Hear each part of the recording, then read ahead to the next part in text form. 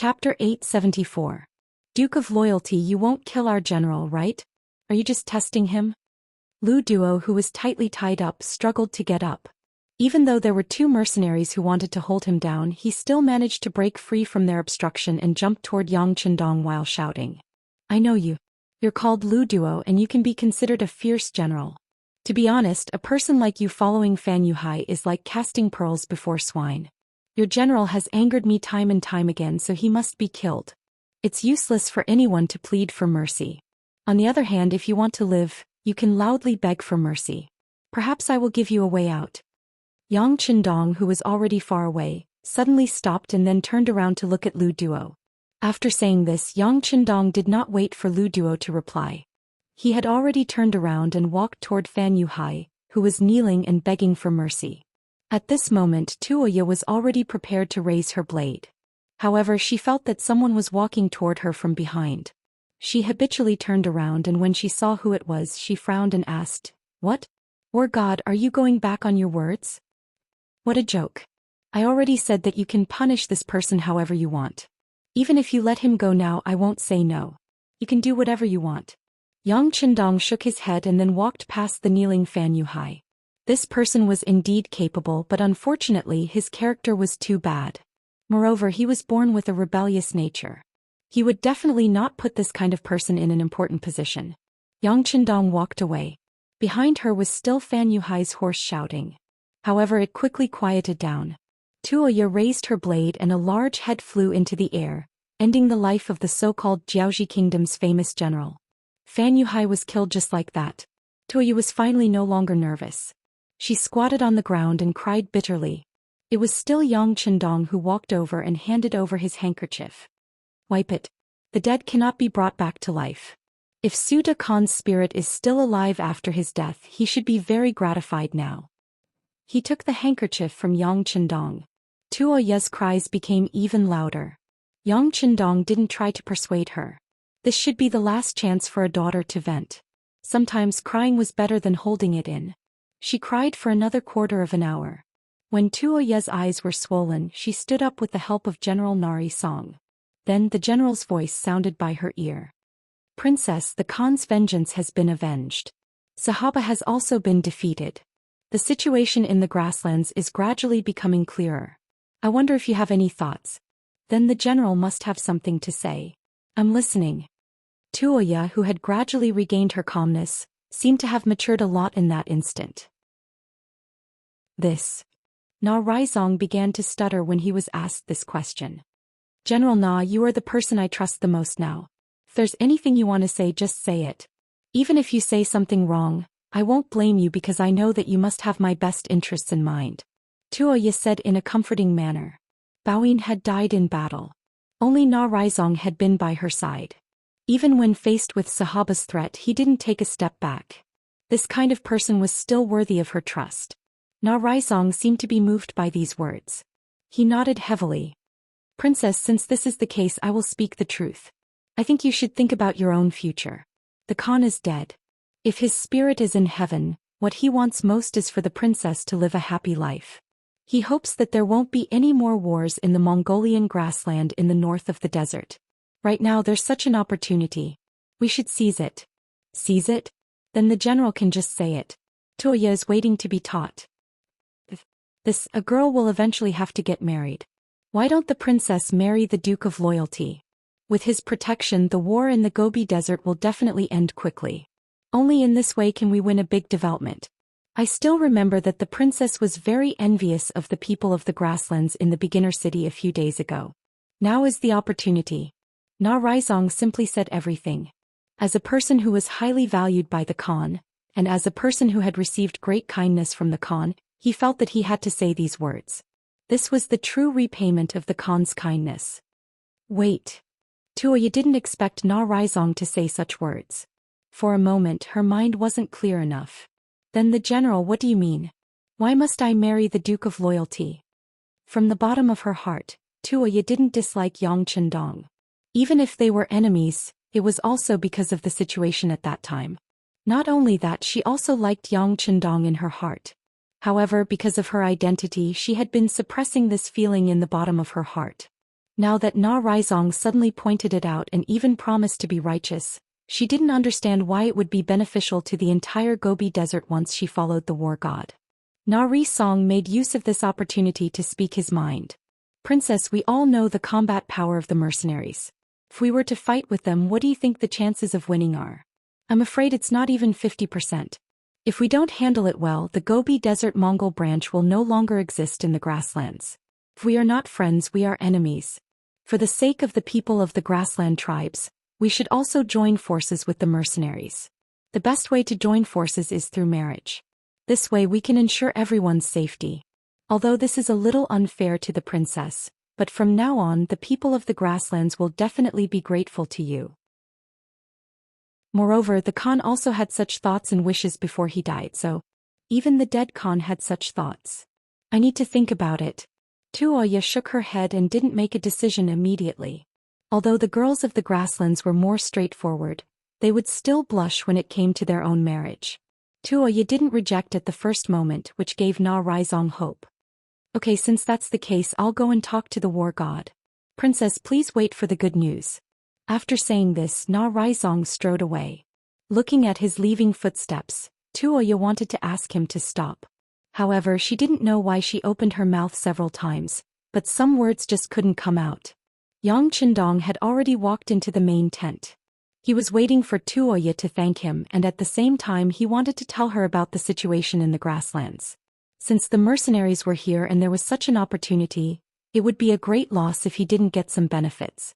According to his idea, this time he had to reach an agreement with Tuoya. In the future, the mercenaries would own the area east of the Inma River and they wouldn't be allowed to cross the border. In this way, the crisis in the west of the beginning city would be completely resolved, and he would be free to do more things. After waiting for a long time, Tuoya didn't appear, but Na Raizong came to visit. He thought that maybe she was too sad, so this matter was the same as what Na Raizong said. He sat down and said to Yang Si, "Please invite Na Raizong." Na Raizong strode in and came in front of Yang Qindong. He first bowed to him with Mongolian etiquette, then raised his head to look at Yang Qindong and said loudly, "War god, our princess has decided to marry you. This is the best way for us to unite. What do you think?" Yang Qindong, who was drinking tea, spat out the tea in his mouth. Fortunately, the two of them were 5 meters apart, so he didn't have to worry about the tea splashing on others. However, Yang Qindong, who spat out the tea, was still frightened. He ignored his gaffe and asked, "General Na, what did you say just now? Can you say it again?" Yang Qindong couldn't be blamed for losing his composure. This was too different from what he had imagined. "War god, I said that in order for us to unite better, if you can marry our princess, many people will be happy to see it. What do you think?" Na Raizong didn't show any anger because of Yang Qindong's loss of composure. On the contrary, he was very happy. Just from this behavior alone, this war god did not have any malicious intentions towards the princess, unlike the dead Fan Yuhai and the escaped Sahaba, who both wanted to take the princess for themselves and make use of her. This time Yang Qindong really heard it clearly, but he didn't answer immediately. Instead, he fell into deep thought. With the death of Sud Khan, the only person left with the golden bloodline was Tuoya. Perhaps this bloodline was nothing in his eyes, but in the entire Gobi Mongol tribe she enjoyed a very high status. It wasn't an exaggeration to say that whoever had Tuoya's support would have the orthodox status. At that time, anyone who dared to provoke them would be regarded as a rebellion. From this point of view, if he could take Tuoya as his wife, there would be a lot of benefits. Moreover, this girl was indeed very beautiful, especially her big breasts, which were very majestic.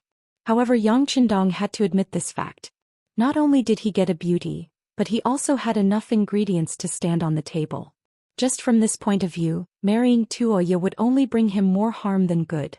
Many people had pursued such a thing, but they couldn't. Now this big pie was thrown in front of Yang Qindong. It was impossible to say that he wasn't moved at all. In the end, it wasn't about the beauty, but it would be very helpful to his future career. Wasn't the reason why Yang Qindong captured Fan Yuhai and sent him to Tuoya to be dealt with? It was also for the safety of the west side of the beginning city. Once he married this girl, the situation in the west side would be stable. This would play a great role in promoting the development of Xianxia's forces in the grassland. In fact, this move could save a lot of time and a lot of manpower. There were too many benefits and it was impossible to refuse. Yang Qindong quickly made a decision in his heart. When he looked at Na Raizong, his expression became much more serious. Princess Toya is a good girl. It's naturally a blessing to be favored by her. But when Na Raizong heard Yang Qindong's words, a smile appeared on his face. He rushed over because he believed that Yang Qindong would agree with his idea. After all, this was a great thing. However, when he heard the word, but, he was still stunned. He was a little puzzled. Could it be that this war god would disagree?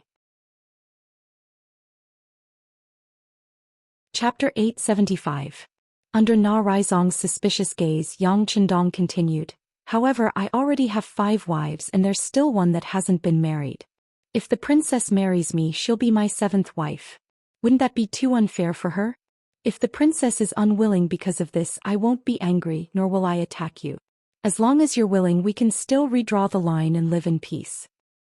War god, as far as I know, you Han men can divorce their wives. You can divorce your previous 6 wives. If you do that, impossible. Since I have married them, no matter what their identities are, they will always be my women. This will not change for the rest of my life. It's just like how if the princess marries me, nothing will change for the rest of my life. If that's what you're thinking, then I'm sorry, but please don't say such things in the future. Let's not talk about marriage. Let's talk about how to draw the line. Yang Qindong firmly interrupted Na Raizong. Although Tuoya's status was very noble, it was impossible for him to abandon his other 6 wives for the sake of this woman. Na Raizong could only sigh at Yang Qinjiang's decisiveness. "All right, I'll tell the princess your intentions. As for what to do, please give us some time." "All right. But please be quick. We've surrounded 40,000 soldiers and they're waiting for us to give them an explanation." Although Yang Qindong knew that marriage was a serious matter, it wasn't a child's play. It needed time to consider, but the current conditions obviously didn't allow it. The mercenaries' prestige could suppress those people for a while, but no one knew what unforeseen events would happen after a long time. "War god, don't worry. I'll give you an answer after discussing it with the princess." Na Raizong also understood the situation and nodded before leaving the tent. Outside the tent, Tuoya's hands were tightly clenched together. She looked like an ordinary girl who had been frightened and was waiting for news. Although she knew that if she married the war god, Yang Qindong would benefit greatly and wouldn't be rejected, she still couldn't be at ease before she received a definite answer. After a moment of nervousness, she finally heard footsteps behind her. Her face turned even redder. "Princess, the situation has changed." Na Raizong appeared behind Tuoya. He didn't immediately congratulate her. Instead, he suddenly said such a sentence. "What's going on?" Tuoya ignored her feminine modesty and turned to ask. Could it be that the war god didn't like her? Or did he never intend to keep the Mongols from the Gobi Desert and wanted to exterminate them? Facing the question, Na Raizong truthfully recounted what had happened in the big tent just now. When Tuoya heard that Yang Qindong had 6 wives and that she was only the 7th, her expression turned ugly. Na Raizong saw all the changes on Tuoya's face and concluded that the princess still liked the war god. Since that was the case, he coughed lightly to attract her attention and said, "Princess, in my opinion, this is a good thing. This proves that the war god values relationships." "Oh, what do you mean?" Tuoya asked in confusion. "Princess, think about it. With your status, if you say that you want to get married, who knows how many men will break their heads. When that time comes, even if they have a wife, I'm afraid that they will abandon her without hesitation. But is this kind of love reliable? If they can abandon other women for you, who knows if they won't do the same thing in the future?" The war god knows this, but he still said the truth and didn't back down. "Doesn't this mean that if you marry him, you won't have to worry about any accidents in this life? Isn't that a good thing?" Na Raizong explained with a straight face. "You can say that?" Tuoya was shocked. "Of course you can say that.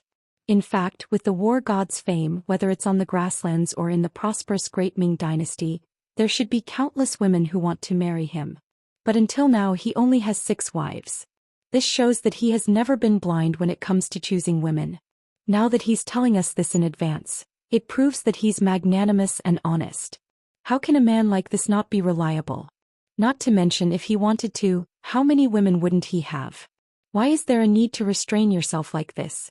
Na Raizong was still talking non-stop, And Tuoya's thoughts were also changed because of these words.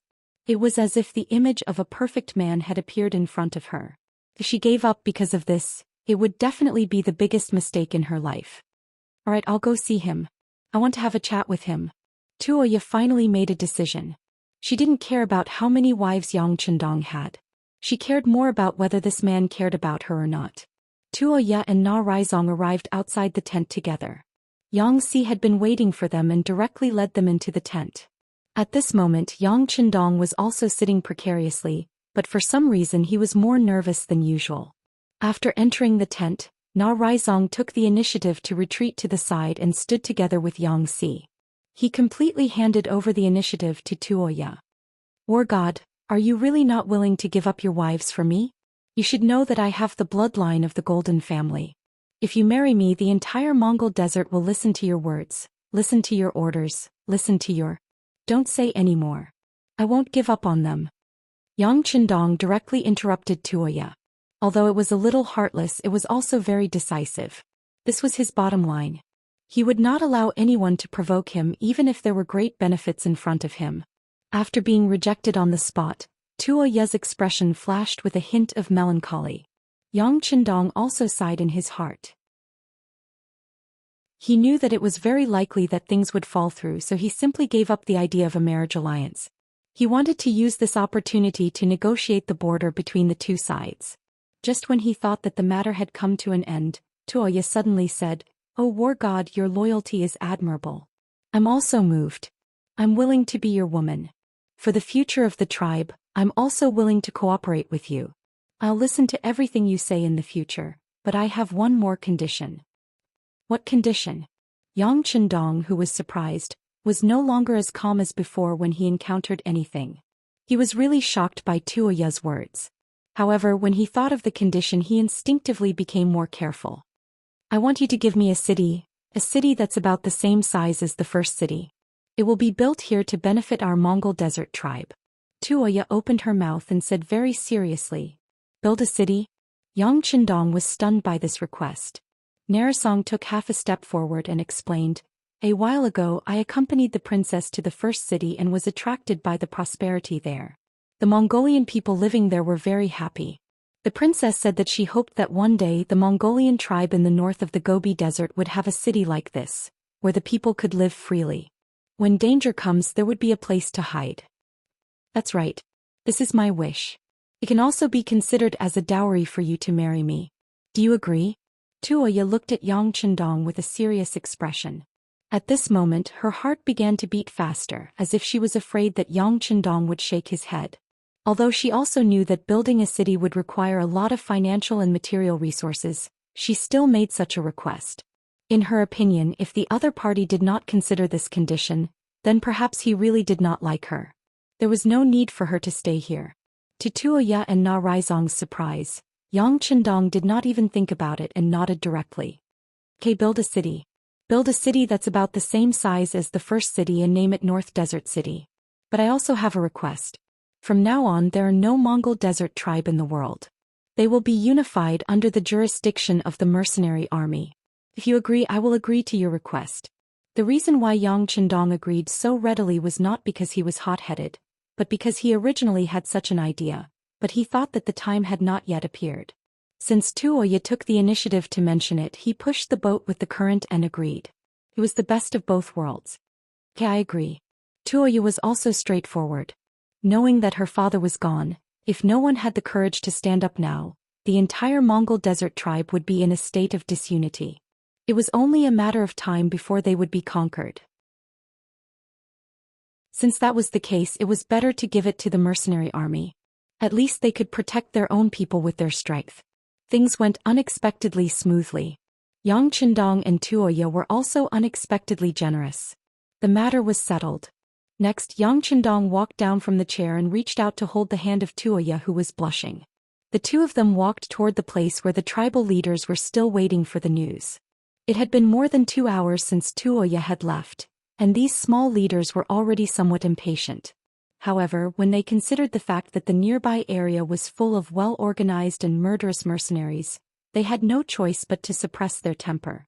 When there was finally a result, When they saw that Yang Chendong, who was known as the god of war, and Princess Tuoya were actually holding hands, many people's eyes began to widen infinitely. They really did not understand. How did things become like this after such a short time? How did this magic trick change? Princess Tuoya did not let everyone wait for long. In front of everyone, she announced her decision to marry Yang Chendong and what path the Mongol desert tribe would take in the future. Chapter 876. Tuoya was still announcing her decision as a member of the Golden family. Yang Chendong, who was standing to the side, received the latest news from Xianxia and lightly nodded his head. Bring him in. Tuoya finally finished her speech. Then her gaze naturally fell on Yang Chendong. Since she had chosen this person to be her husband, of course he would take the lead from now on. Yang Chendong hugged Tuoya and smiled. Then he looked at the tribe leaders who were staring at each other in shock and said, "The princess has already made her decision. In a few days I will take her as my legal wife. At that time I welcome everyone to come to the beginning city to congratulate us. Of course, if anyone is not satisfied with this result, you can choose not to come. However, from now on you will be viewed as my enemy. In the future, there will be no other path of survival in the Mongol region. Come, bring him in." Yang Chendong's threat was still ringing in everyone's ears when the tightly bound Sahaba was dragged in front of everyone by Badao Jiang and Ping Yu. This person, together with Fan Yuhai, forced Khonsu to death. According to the law, he should be beheaded. Kill him. Yang Chendong merely shouted, and Yang Si, who was standing at the side, had already picked up a demon head blade. Soon after, the blade was raised and a head was chopped off. Sahaba, who had been caught alive by the light cavalry regiment, didn't even have the chance to say a word before he was beheaded on the spot, dying in front of the leaders of the other small tribes. This move of killing the chicken to scare the monkey, or even the monkey to scare the monkey, frightened many people. Originally, they wanted to voice out their objections. Why should the mercenaries occupy this place? Why should the Mongol tribe that had lasted for hundreds of years be swallowed by the mercenaries? However, when they saw Sahaba's death, many people wisely shut their mouths. The situation was stronger than the person. Now that the mercenaries belonged to the side of the general situation and had the support of Princess Tuoya, who could be his opponent? That's right, in terms of numbers, the Mongol army had 40,000 men, far more than the 20,000 mercenaries.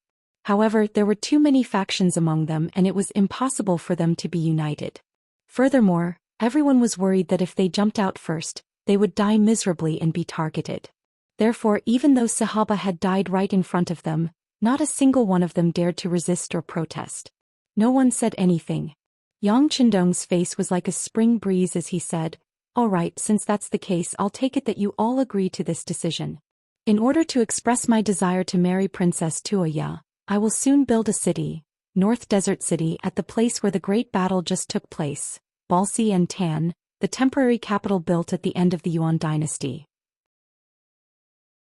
At that time, as long as you are friendly with us, you will have the right to live there. At that time, you won't have to suffer alone in the yurt during the winter. Once the war comes, you won't have nowhere to hide." While looking at these Mongol people in front of him, Yang Chendong's lips curled into a smile, continuing, "Of course, building a city requires a lot of silver and even more so a lot of manpower. Initial estimates suggest that the mercenaries will invest 15 million taels of silver, and the manpower needed will be close to 1 million people. If anyone wishes to work and earn money, feel free to come and sign up. Naturally, the small tribes that are friendly with us will take priority." Hong. The originally silent crowd, because of Yang Chendong's words, completely became noisy. Investing 15 million taels of silver, and the manpower needed would be around 1 million people. This was a real benefit. Apart from herding livestock, they also fought. Wasn't the reason for fighting over territory and resources? Now, the opportunity to earn money and change their lives was right in front of them. Not only that, they didn't have to risk their lives on the battlefield. Who wouldn't like such a good thing, and who would dare to reject it? Perhaps some small leader's brain was really muddled. If he rejected it when he returned to his tribe, he would be drowned in saliva. Enemies weren't eternal and neither were friends. Only benefits were eternal. At this moment, Yang Chendong's words were effective. The voices of opposition that should have appeared disappeared. On the contrary, everyone now wanted to get closer to Yang Chendong. Even if their status wasn't high enough, being able to have a good relationship with Na Ri Song and the mercenaries was also a good thing. Whether it was because of their status or because they wanted to increase their prestige, Yang Qindong didn't say anything to the crowd. Instead he held Tuoya's hand and left, leaving everything to Tiger's Mane, Hebe and Na Ri Song. Tuoya was in a good mood. Now the Mongol tribe in Mo Bay needed peace and development, and all these could only be brought by Yang Qindong. As for the Mongol tribe in Mo Bay completely disappearing in the future, Tuoya didn't care anymore. As long as the people lived well, was the name really that important? Originally they thought there would be a bloody battle, but they didn't expect it to end in such a good way. While the mercenaries admired the sixth young master, the construction of the city, especially the matter of who stayed to preside over the overall situation, became a problem that they needed to consider. Once they decided to stay here to build Mo Bay City, there was no doubt that they wouldn't be qualified to participate in the war for a short time. This was a very uncomfortable thing for the brave warriors. Therefore, when Tiger's Mane and Hebe talked to the senior officers, no one was willing to take the initiative to take this task. For this matter, that night Tiger's Mane and Hebe had to disturb Yang Qindong, and Tuoya could only reluctantly leave the main tent. The knot in her heart was finally untied. From the moment Tuoya made the decision, she regarded herself as Yang Qindong's seventh wife. Of course there was the necessary restraint. Before the marriage she wouldn't be too close to Yang Qindong, but it was always a good thing to stay a little longer. In the big tent there were only 4 people left: Yang Qindong, Yang Si, Tiger's Mane and Hebe. He casually pointed to the chairs in front of him. "You've all been tired for a day, sit down." After thanking him, Tiger's Mane and Hebe sat down separately. Only Yang Si didn't. Instead he poured tea for everyone. He was very clear about his position. He was a servant of the Yang family now, in the future and forever. As long as the master was here he didn't have the qualification to sit down. "How is it? Those people are still honest, right?" Taking the steaming hot tea from Yang Si, Yang Qindong asked with a smile. "Honest, they can't be any more honest. With such great benefits in front of them, how could they not be honest?" Tiger's Mane chuckled. "Well, it turns out that benefits always come first. This is far more powerful than any powerful force. Of course, wealth also needs enough strength to protect it. By the way, who will stay here next? Have the 2 of you decided?" Yang Qindong chuckled. This was originally within his expectations. With such great benefits, if anyone still objected, then they really had to be kicked in the head by a donkey. At the mention of this issue, the smiles on Tiger's Mane and Hebe's faces disappeared. They had come precisely for this matter. According to the 6th young master's intention, the people who stayed here to build the city would definitely be selected from the first army. Who would be selected and who would not be selected, and whether the selected people would agree or not, this was very troublesome. Although it was the duty of a soldier to obey orders, if the order was directly given without considering the individual's wishes, then the task would not be completed very well. When the time came and it really delayed the important matter, then it would be their fault. "Young master, regarding the selection of people, the deputy commander and I separately talked to the 3 division commanders, but it seems that they don't want to stay." Tiger's Mane knew that he had to speak at this time. Although saying this would more or less make them seem incompetent, but the truth still had to be told. "Oh, there is such a thing." Yang Qindong frowned. He could understand the thoughts of the 3 division commanders. They all wanted to make a contribution and stay in North Desert City. Obviously this wish was not easy to achieve. "Yang Si, go and find the 3 division commanders." Although Yang Qindong could make the decision, he still wanted to see the 3 division commanders before making a decision. Yang Si agreed and left. Yang Qindong looked at Tiger's Mane and Hebe and said, "This is actually not a bad thing. It proves that the officers all want to make a contribution on the battlefield. This is a manifestation of high morale."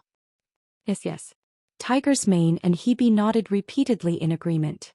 After a while, the Independent Division Commander Xin Honghai, the Tatar Division Commander Su He and the Recruit Division Commander Lu Zhou all came to the main tent. The 3 of them did not have a seat, so they just stood in front of Yang Qindong. The 3 of them stood there with different expressions. Xin Honghai had a conflicted expression. Su He had a straight face and looked up, ignoring everyone's gaze. Even when Yang Qindong's gaze fell on him, he still did not move. Lu Zhou's gaze was somewhat evasive, not daring to look directly at Yang Chendong. Clearly, the three of them all knew what they were going to talk about this time. Speaking of which, staying here to build North Desert City was a huge task. At the very least, it was not an ordinary identity that could suppress the situation. In the entire new army, other than the commander and deputy commander, they could only choose from these three division commanders. Yang Chendong's gaze carefully wandered over the three of them, then he nodded and said, "I think you all know why I, the young master, called you here. Then let's not beat around the bush. One of you three needs to stay here to be responsible for the safety of North Desert City. Which one of you is willing to take on this responsibility?" The words were asked by Yang Chendong. No matter how unwilling the three of them were in their hearts, they had to answer at this moment. The Tatar division commander Su He was the first to speak. "Sixth young master, I do not want to stay. I am more willing to go to war with the sixth young master."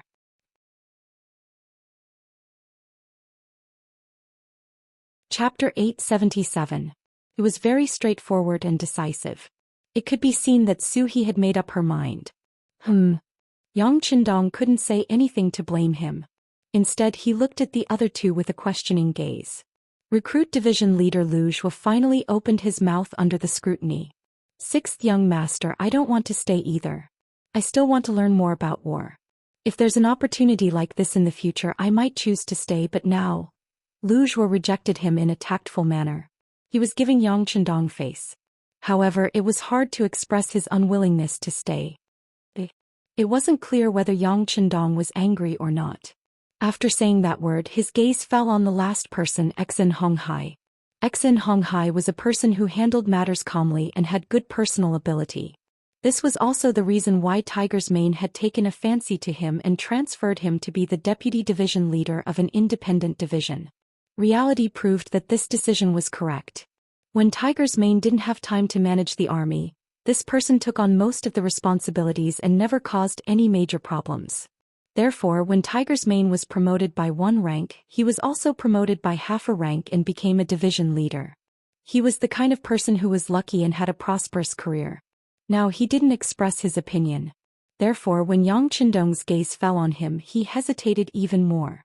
In the end, he sighed in his heart and said, "If that's the case, sixth young master, I'll stay." Xin Honghai, who had previously rejected him, actually agreed. This made Tiger's Mane and Shibi, who were sitting there, look suspicious. Yang Chendong smiled and asked curiously, "You're really willing to stay? Don't you know that if you stay here there won't be any major battles in the short term? You won't have a chance to perform on the battlefield." I know. However, I got this position because I got it easy. This time I have a chance to stabilize myself. Maybe I can use this opportunity to train my soldiers." Xin Honghai had a smile on his face, but there was a hint of bitterness in his laughter. There was nothing he could do about it. Su He and Lu Zhuo had already expressed their opinions. Now he was the only candidate left.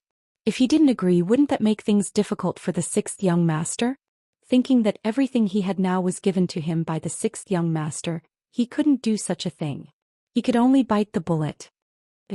Xin Honghai agreed, but no matter what kind of thoughts and intentions he had, at least someone had taken the initiative to volunteer.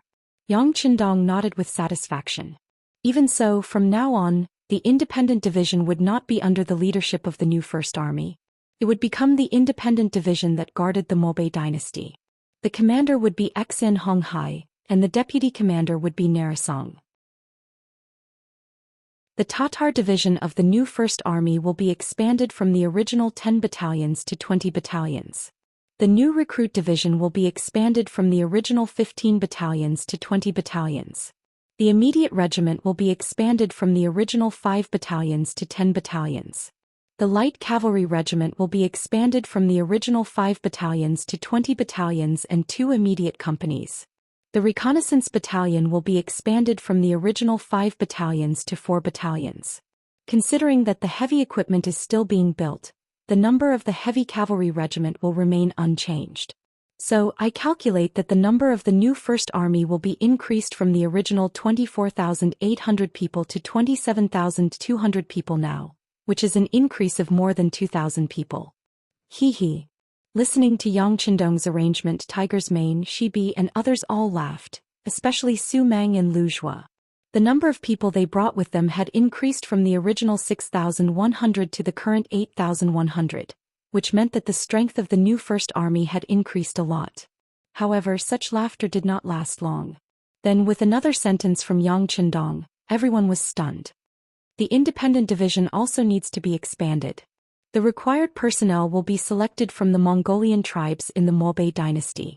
The specific number of people recruited is temporarily set as 10 regiments and 1 regiment with 5 battalions, which is 20,000 people in total. Originally, Xin Honghai only led 6,000 soldiers per person. Now it suddenly increased to 20,000 people, which was an increase of more than 3 times. If they worked hard, they would catch up with the number of the new First Army. How could it not be surprising? But after the surprise, everyone knew that this was originally what Yang Qindong did in order to compensate Xin Honghai for taking the initiative to stay. For a while, everyone's face was a little gloomy. This was their 6th young master. If you were willing to make sacrifices, he would always try his best to compensate you. The current situation was a living example. They stayed for another 3 days. During this period, Yang Qindong met many small leaders of the Mongolian tribes in the Mobe dynasty. In the face of enough benefits, everyone had a good talk with each other. They also approved the marriage between Yang Qindong and Infanta Tuoya. They all promised that they would go to the beginning city to congratulate them on the wedding. Yang Qindong also promised everyone that when he returned to the beginning city, the first batch of construction materials would be sent over. At that time he would need everyone's support and so on. The beginning city was about 700 li away from the Inma River. In addition, the distance from the Inma River to the Mobe city was about 300 li. The total distance was more than 1,000 li. In between the two cities, there were also Wandu City, Guangwu Town and other places. In this way they were connected. This would play a great role in stimulating the economy of more Mongolian tribes and influencing more Mongolian people. This plan also allowed Yang Qindong to smoothly kick out the second leg on the grassland. The cities could communicate with each other and support each other. The foundation would also be more stable. Yang Qindong left the specific matters of the construction of the city to Yang Si. He let him take the lead and agreed that the lord of the beginning city, Yu Mian, would send more capable people to support. Yang Si, you have to remember that the construction of the Mobe city is very important. From now until it snows in winter, that is about 5 months. I ask you to build the prototype of the Mobe city in this period of time. The 4 walls in the city must be built well. The warm houses in the city must also be built well. This is a process from scratch to something. There must be some difficulties in the middle, but it doesn't matter. The beginning city and Xianxia city will give you the greatest support. Hundreds of thousands of people in the Mobe Mongolian tribe will also fully support you. Do I have the confidence to complete this work well? Yes, only if young master asks me to do something I will do it. I will never turn back without orders. Yang Si said with a firm expression. Good. Yang Qindong patted Yang Si's shoulder happily. You just need to focus on building the city. The security work will be left to Xin Honghai and Na Raizong. I will arrange for people to take care of other things in the city later. You just need to grasp the general direction. Yang Si's identity was naturally not suitable to be the lord of any city. Yang Qindong had to return to the beginning city to decide on the candidate for the position of the lord of the city. But the city didn't wait for people. The construction of the city had to start first. By the way, although these large and small tribes have to stand on our side for the sake of their interests, they still have to be tested if they are not sincere. You must pay attention to your own safety. The matter is urgent. I will allow you to withdraw first. Young master, I don't want the scene under the Beiding Gate in the capital to happen again. When talking about that matter, Yang Si felt a burst of emotion. In order to save his life, the young master had actually given him a blood transfusion. Just based on this, how could he not sacrifice his life and give it his all? Young master, don't worry. Yang Si knows what to do. 3 days later, Yang Qindong finally left. Other than leaving behind the independent regiment, the rest of the army was brought back. Princess Tuoya also left with him. On the day they left, many small leaders of the tribes came to see them off. They were all brimming with smiles. Yang Qindong was also smiling the entire time. However, everyone knew that no one could tell how much sincerity there was under this smile. With the accompaniment of the army, The return journey was extremely smooth. When they returned to the Yang residence in the beginning city, Yang Chendong immediately arranged for people to summon the lord of the city, Yu Mian, and the principal of the beginning city academy, Wang Si. Originally, Wang Si wanted to let Yang Chendong take on the role of the principal. However, he was still rejected. It was very difficult for him to have the time to go to the academy to teach everyone anything. Sometimes he would not even go once for a long time. The position of the principal did not live up to its name. Therefore, he only took on the position of the honorary principal and taught everything. The two of them came to the Yang residence one after the other. First, the lord of the city, Yu Mian, reported the development of the beginning city to Yang Chendong. Reporting to the sixth young master, after our continuous efforts, the cement factory has now been set up here. Although we can't mass produce our own cement due to some practical reasons, we can still solve a part of our needs. Speaking of which, we have to thank the scientific and technical personnel sent by the academy. They have a very deep theoretical foundation. Not long after they came into contact with the practice, they put forward some suggestions for improvement. Now it seems that they are very practical. Also, our grain fields have been developed to 300,000 mu. As long as the people living temporarily in the city are willing, they will be given some fertile land. They only need to pay us a tax of 30% according to the harvest. The army's grain fields are all managed by the logistics division. They are all young and strong people. It is a small matter for them to put in some effort. By the end of autumn we will definitely have a big harvest. In order to ensure that the vegetables and grains can last longer, I have also followed the instructions of the sixth young master. We have built a large granary in the city and dug many cellars outside the city. After the evaluation by the professionals sent by the academy, there is no problem with the depth and width. It can serve as a refrigeration system to ensure that the vegetables can be used for a longer period of time. The 200,000 Han people and 30,000 educated youths sent by the Crimson City are already in place. Most of them have already adapted to the environment here and have begun to work. These people are all very good. As expected of the people sent by the Crimson City. They have already shown their skills in many jobs and proved their abilities. As Yu Mian reported one by one, Yang Chendong nodded his head. Good. As long as the problem of food is solved, there will be no problem with the people's hearts. Very good. Thank you for your hard work, City Lord Yu and Principal Wang.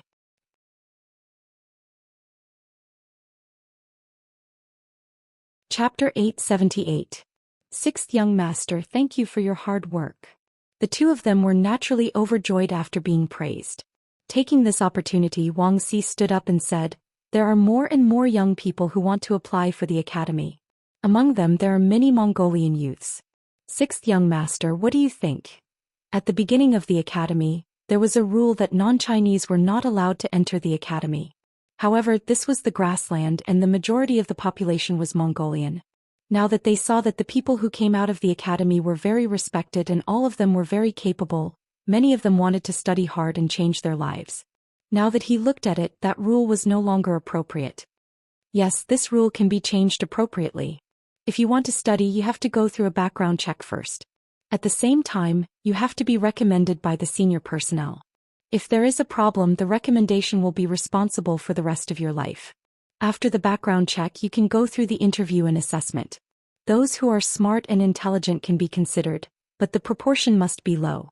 The total number of people can't exceed 10% of the academy's population. Yang Chendong thought for a while and made the change. The recommendation system of lifelong responsibility could ensure the loyalty of the people to the greatest extent.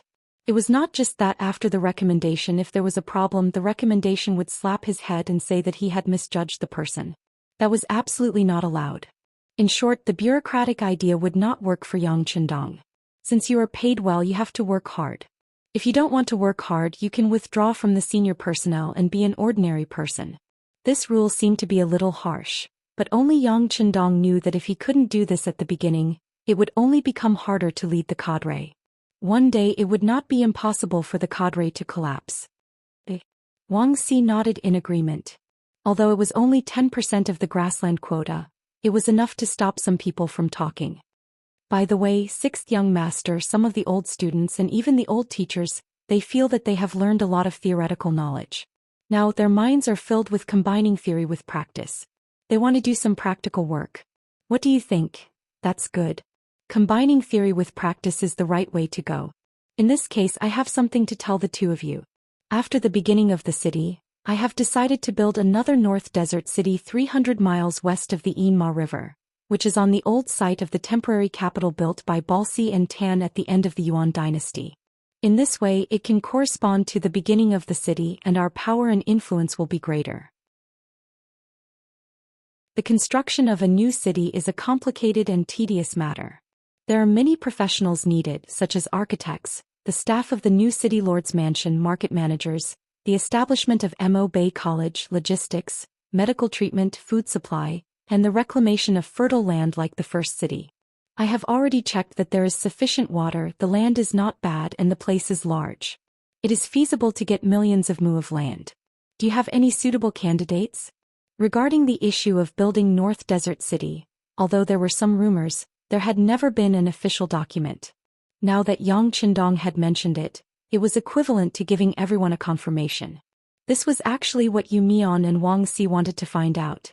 Now that the matter had been confirmed, there was no change in their expressions. Obviously they had made some preparations. Yu Mian was the first to speak. Sixth young master, but how big is North Desert City? Is it the same as the beginning city? Naturally, it can't be the same as the beginning city.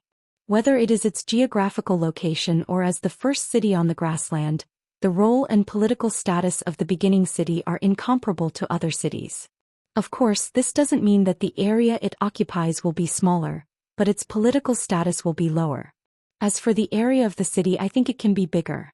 After all, there are hundreds of thousands of people from the Northeast Mongolian tribe. In this regard, the beginning city can't compare. Hearing this, Yu Mian had an idea in his heart. As long as the status was not the same as the beginning city was still the big brother. Some of the management personnel there could be transferred from the beginning city. It was not considered overstepping his authority. Alright, if that's the case, the city lord's mansion can send out 100 management personnel. They all started from the bottom and worked their way up step by step. In the past year they have fully demonstrated their abilities. There are many good seedlings among them, especially my deputy city lord Mao Xiang, who is a very capable person. Mao Xiang. Yang Qindong nodded after hearing this. He had seen this person many times and heard more about his story. He was born a Han Chinese and had once been a scholar.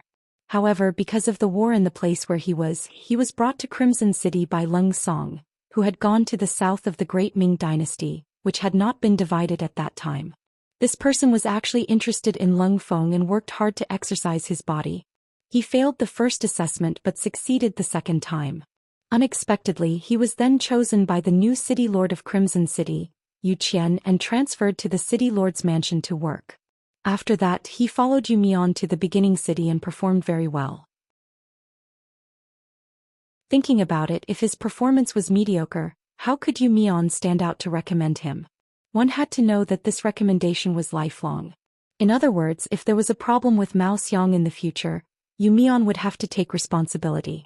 Originally, Yang Qindong wanted Yu Mian to recommend a city lord. It was impossible for Crimson City to recommend every talent. The climate and customs of the two places were different. The recommended person would have to adapt for a period of time. This was not conducive to North Desert City, which was eager to start work. Now that Yu Mian had taken the initiative to recommend him, Yang Qindong nodded. Okay, let me come over later. I will meet him. This meant that there was a chance. Yu Mian immediately said that he would do it when he returned. Now that there was a candidate for the city lord, Wang Si was unwilling to give in. He immediately proposed a candidate for the North Desert City Academy. There was no doubt that these two were promoting their own people in order to expand their speaking rights. It was still the same saying, where there were people there would be conflicts. This was something that even Yang Qindong could not stop. He only wanted these recommended candidates to be suitable. As for some private conflicts, as long as it did not affect the overall situation and work, he would not casually intervene. Just like how he treated Yu Mian's candidate, Yang Qindong said that he also wanted to meet the candidate recommended by Wang Si. The matter was basically settled like this. Then, as the city lord, Yu Mian reported some practical materials that could support the construction of North Desert City. On this point he did not mean to hide it. North Desert City was a lower political treatment than the beginning city. The stronger it was, the happier Yu Mian would be. Not long after meeting Yu Mian and Wang Si, Yang Qindong summoned the director of the security bureau stationed in the beginning city, Feng Liang. He expressed his worries about the North Desert region and requested to immediately build a public branch of the security bureau there. It was initially designated as a group. In the future, after the construction of the city had been completed and after work achievements, he could consider to be promoted to deputy director. He still had to accept the leadership of Feng Liang. Mao Xiang and the others were then met by Yang Qindong one by one. They talked about some practical work and future plans. These people came prepared and already had a series of plans in their hearts. In Yang Qindong's heart he was quite satisfied. With the group in place, the next step was the mobilization of personnel and the transportation of materials. As a result, the construction of North Desert City officially began. With the full support of the various tribes in North Desert, it was done in a hurry. At the same time, preparations were also made for Yang Qindong and Tuoya's wedding. According to Princess Tuoya's intentions, she was in a hurry to get married, especially when she knew that the 5 wives of the war god had yet to give birth to a child. She wanted to take the lead even more, so she found someone to look at the date in private.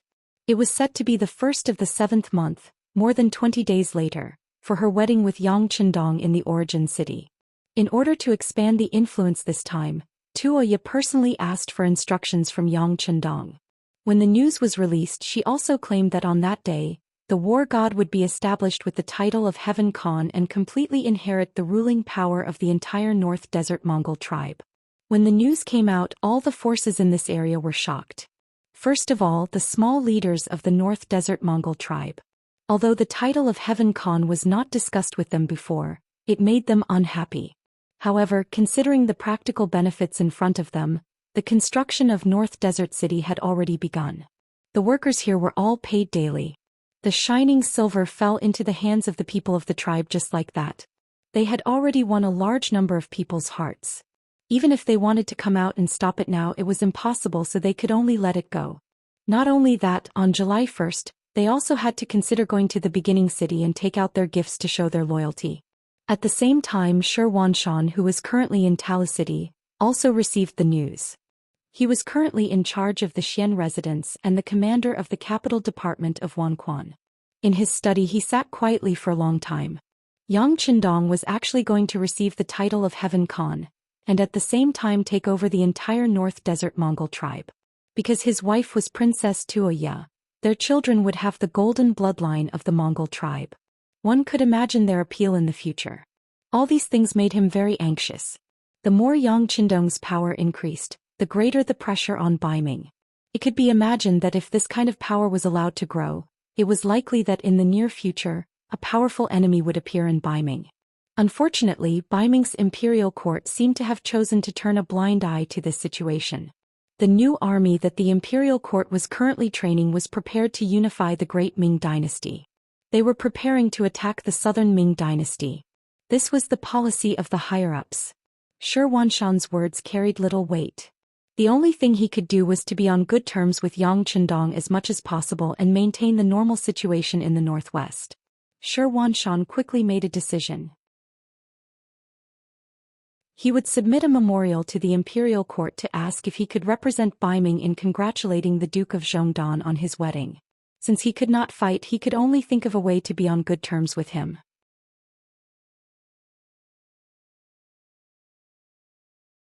Chapter 879. Unlike the Mongolian tribe and Shi Wanshan, who had no choice but to express goodwill, there were also the Sanbur province and Jingzhou province south of Tulu City. They were all under the banner of the great Khan of Wara. After receiving the news, they immediately sent the news out. Although they could barely protect themselves with their forces and did not want to provoke the mercenaries and the powerful god of war now, the other party wanted to be conferred the title of Heaven Khan. In history, only a few people like Emperor Taizong of Tang, Li Shimin and Genghis Khan could enjoy the title. Now that Yang Qindong wanted to take it for himself, they had no choice but to report such a big matter. As for what the higher-ups wanted to do, it was not something they could worry about. In the beginning city, Tuoya acted first and reported later and created the title of Heaven Khan. Yang Qindong did not know about it at the first moment. If Yang Qindong was the Heaven Khan, then once he had a son with Tuoya, wouldn't he also have a high status?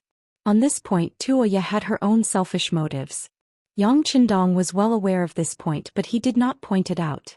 Although this title could be said to be a tall tree attracting the wind and would bring unknown consequences and become the target of public criticism, he was not afraid or worried about the powerful mercenaries. Alright, Heavenly Khan it is. And send a report to the madams in Xian city and give a detailed introduction of the situation here. Yang Qindong stood under the moon in the small courtyard and said to the servant Yang Lu who was following beside him. In his eyes, the influence of a Heaven Khan was far less important than explaining to his madams. Yang Lu sighed at the young master's powerful thinking. After agreeing, he turned around and did it.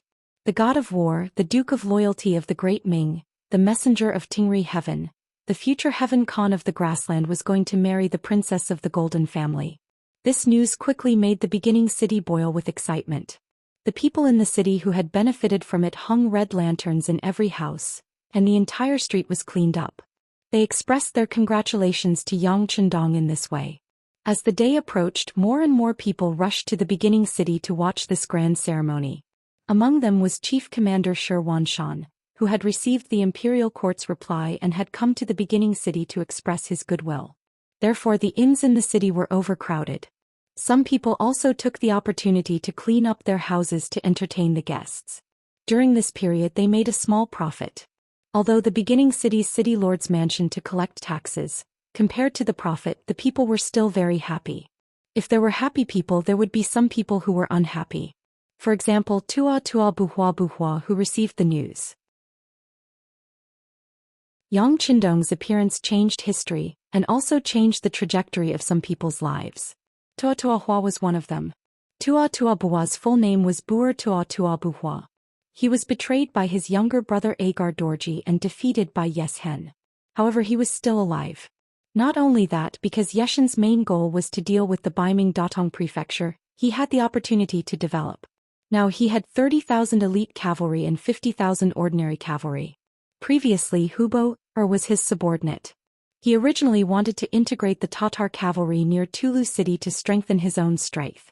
However, he did not expect that he would lose to the combination of the mercenaries and the Baiming army so quickly. Just as he was thinking about whether to take revenge immediately, the news of Yang Qindong marrying the princess of the Golden Family and becoming the Heaven Khan spread. This time Tua Buhua could not take it anymore. He immediately called Hubo, and the other generals to discuss the matter of marching into the beginning city. The appearance of the beginning city had greatly affected the Tatar Empire's ruling position in this region.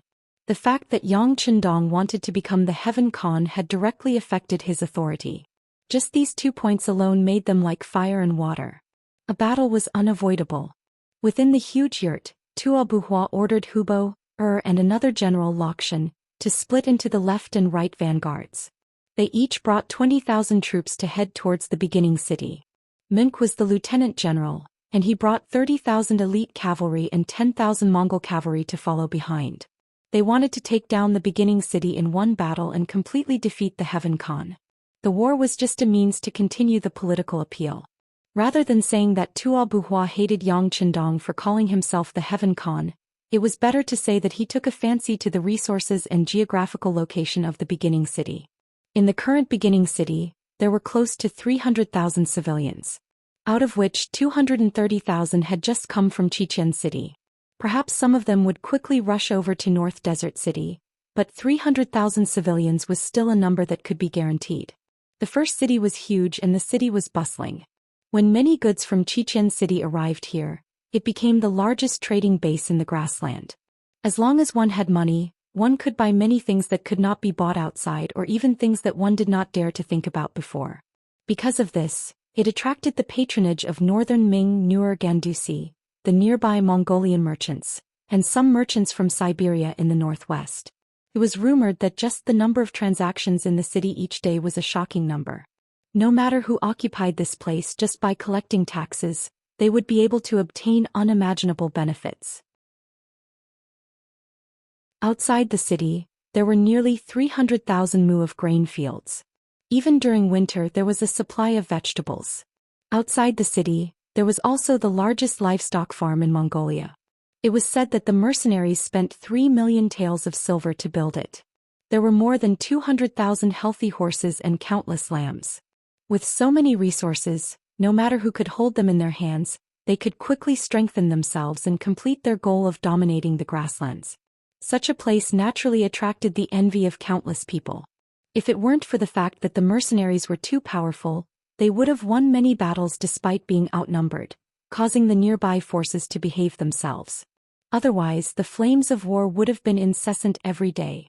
With so many benefits, it was not strange that Tua had taken a fancy to this place. When his army was heading to the beginning city area, they even passed by the Hutao area where the Walla leader Xian was located, causing the other party to be on guard early on. However, Tuororo did not care at all. It was as if he did not see his enemy, Xian. He actually passed by and did not even have the intention to fight. This was politics. There were only interests, no right or wrong, and it rarely involved hatred. Otherwise, Tuochuo Hua would have targeted Xian, who had stabbed him before, instead of the mercenary who was always on the defensive. The 80,000-strong army walked through countless places in the grassland, attracting the attention of various big and small forces. As the 80,000-strong cavalry moved, the focus of the entire grassland naturally fell on the first city area. Everyone knew that this would be a decisive battle between the old and new overlords. After this battle, the ownership of the origin city region would be determined. After this battle, the victorious party would have a firm foothold in this region and it would be difficult to shake it. In the beginning city, the intelligence of the Security Bureau had been sent here earlier. The news of Tuatara leading 80,000-strong cavalry to the beginning city had spread to everyone in the city. Xianxia, who was staying in the guest house at the beginning of the city, also heard the news. Then he sent people to inquire about the reactions of the people in the city. This would play an extremely important role in his analysis of the victory or defeat of this battle. The people he sent out quickly replied.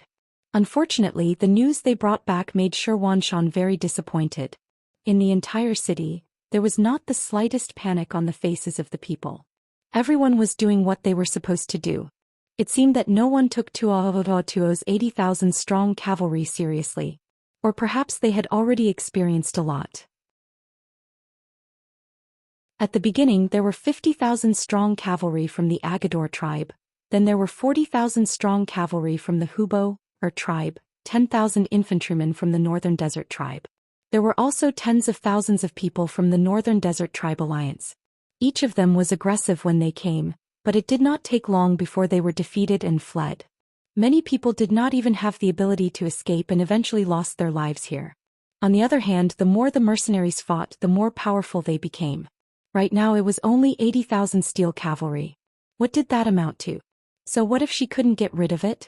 In the past, the Tatar tribe was very powerful and even had the intention of unifying the grassland, but that was in the past after all. With the rise of the War of Wara, especially when Xian teamed up with Agador to take down Tuobuhua, the invincible aura around him had long since disappeared, and everyone was no longer afraid of him. According to the report of the spies sent out, there was not the slightest bit of chaos in the entire origin city because of this news. If one had to say who was influential, it would be the adult men among the common people. They longed for war because only then would they have the opportunity to join the army. It should be known that the treatment of mercenaries in the entire prairie was second to none when compared to the Great Ming dynasty. A soldier could support his entire family. This was not just a slogan but a reality. If one could achieve military merits in battle and become an officer, their treatment would be even better. Even if they were unfortunate enough to die in battle, the compensation given to them would be an astronomical sum. In the past, when they fought for the other Mongolian tribes, they would dig a hole and bury them whenever they died. Some would even set fire to their graves. Their families would also be bullied or become slaves because of this. The attitude of the mercenaries towards Junlai was many times better. It was precisely because the mercenaries treated their soldiers so well that it affected the nearby Mongolian tribes. They were all fighting on horseback, but the treatment was so different. Many people wanted to be treated the same. In the end, the leaders of the tribes could only watch as their cavalry left them and joined the powerful mercenary family.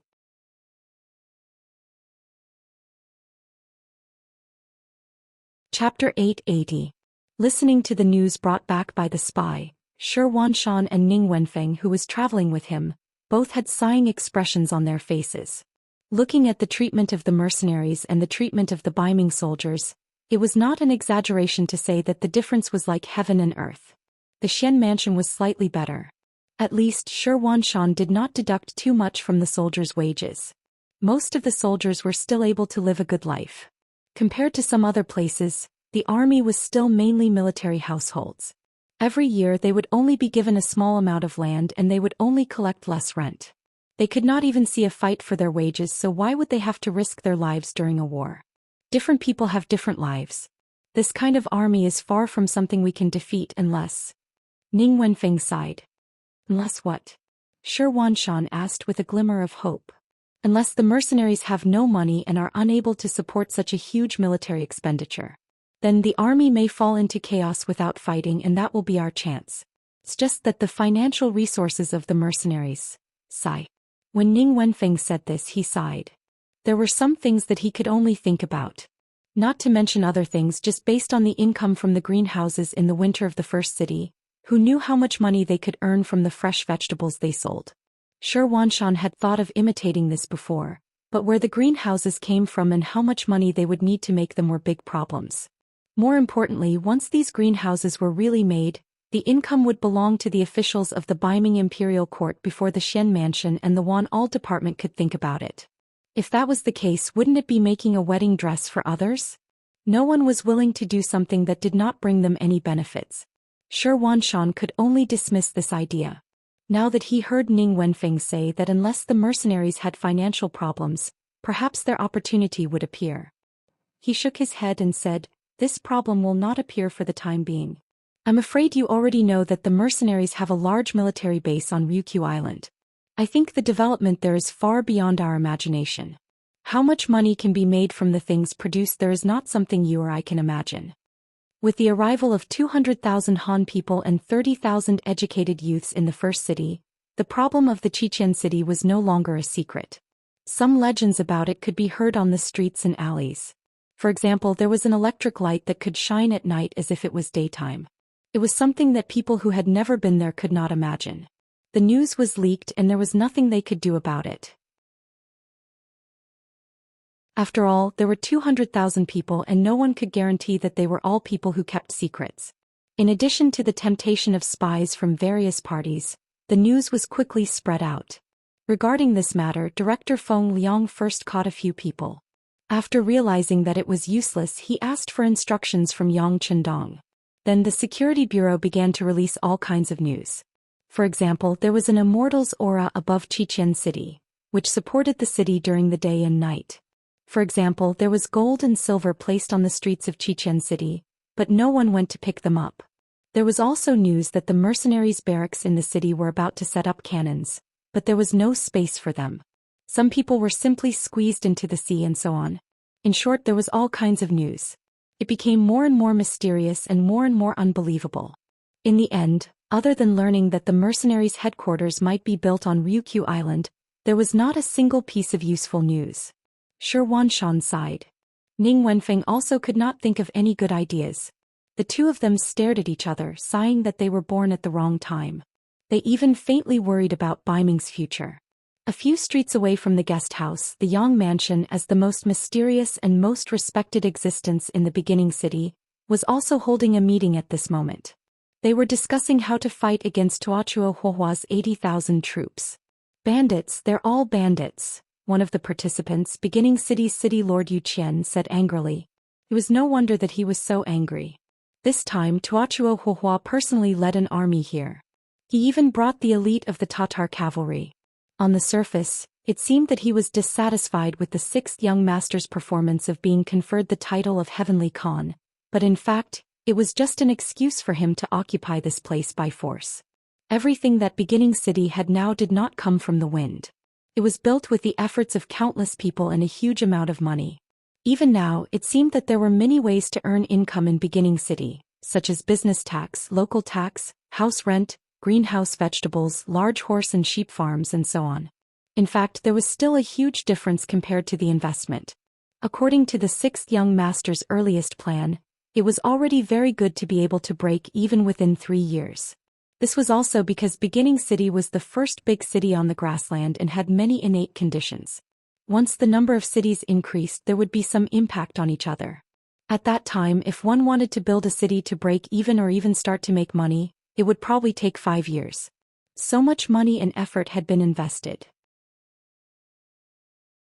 Now that Beginning City's situation had begun to improve and prosper, there were immediately people who had ideas about it. It was no wonder that the bookish Yu Mian would be so angry. He had always treated Beginning City as his own child. Yes, they've taken a fancy to Beginning City's position and various resources. They started the war to plunder it.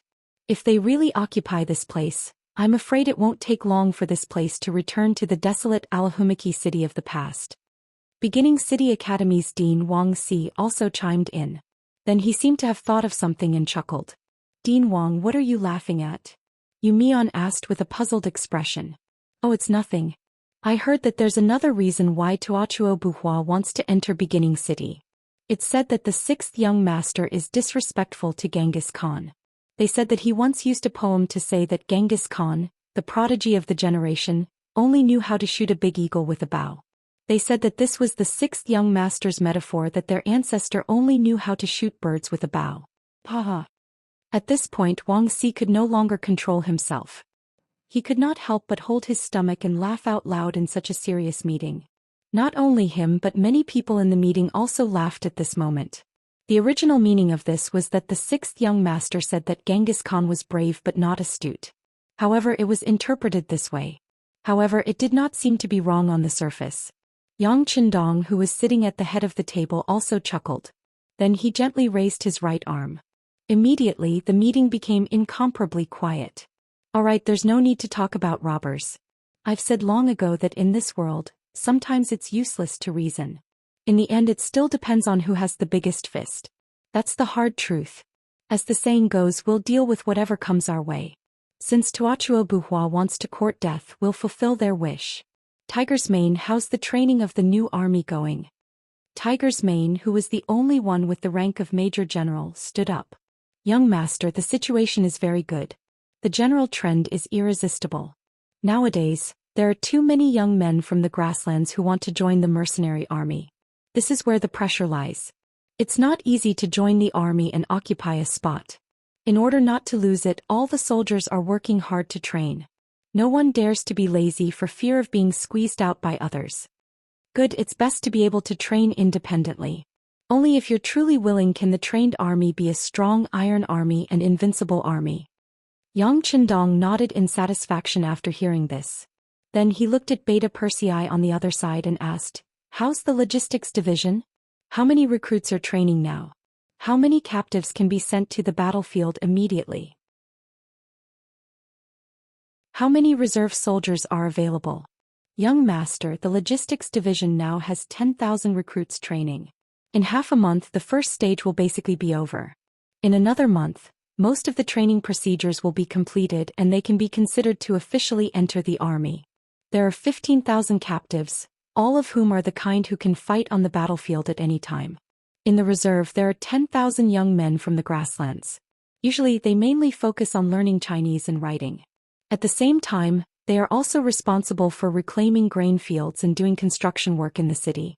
This is also a way to train their brain and physical strength. Once they pass the initial assessment, they can transfer to the recruit area for training at any time and wait for the opportunity to add to the army. Well, 35,000 people. That's not a small number. Yang Qindong was also quite satisfied with the logistics division's work. Logically speaking, as long as he was willing, he could form another army now. However, considering the financial pressure, he gave up this idea. The treatment of mercenary soldiers was very high, even a little too high. Once the number of troops was too high, the pressure on the city lord's mansion would increase. This was not in line with Yang Qindong's initial requirements of controlling the army with one hand and controlling the economy with the other. Okay, don't recruit new soldiers for the time being. After this battle, we'll replenish according to the actual situation. Yang Qindong ordered Beta Persei, then looked at the others and said, just last night Yang Si, who is building Maobei City, sent a message saying that the Mongolian tribes in Maobei City are willing to contribute to the resistance of Tuochuo Buwa's provocation. They said that they can send 20,000 troops. They also said that they don't need to be paid, nor do they need to be equipped with horses and sabers. As long as they make military contributions on the battlefield, they will be rewarded according to the standards of mercenaries. If they are unfortunate enough to die in battle, they will still be compensated according to the mercenaries' standards. However, considering that their overall quality may be far inferior to the mercenaries, they only want half of our soldiers' compensation. Everyone, let's talk about your opinions. There's no need for that. As soon as Yang Qindong finished speaking, everyone at the meeting started to talk.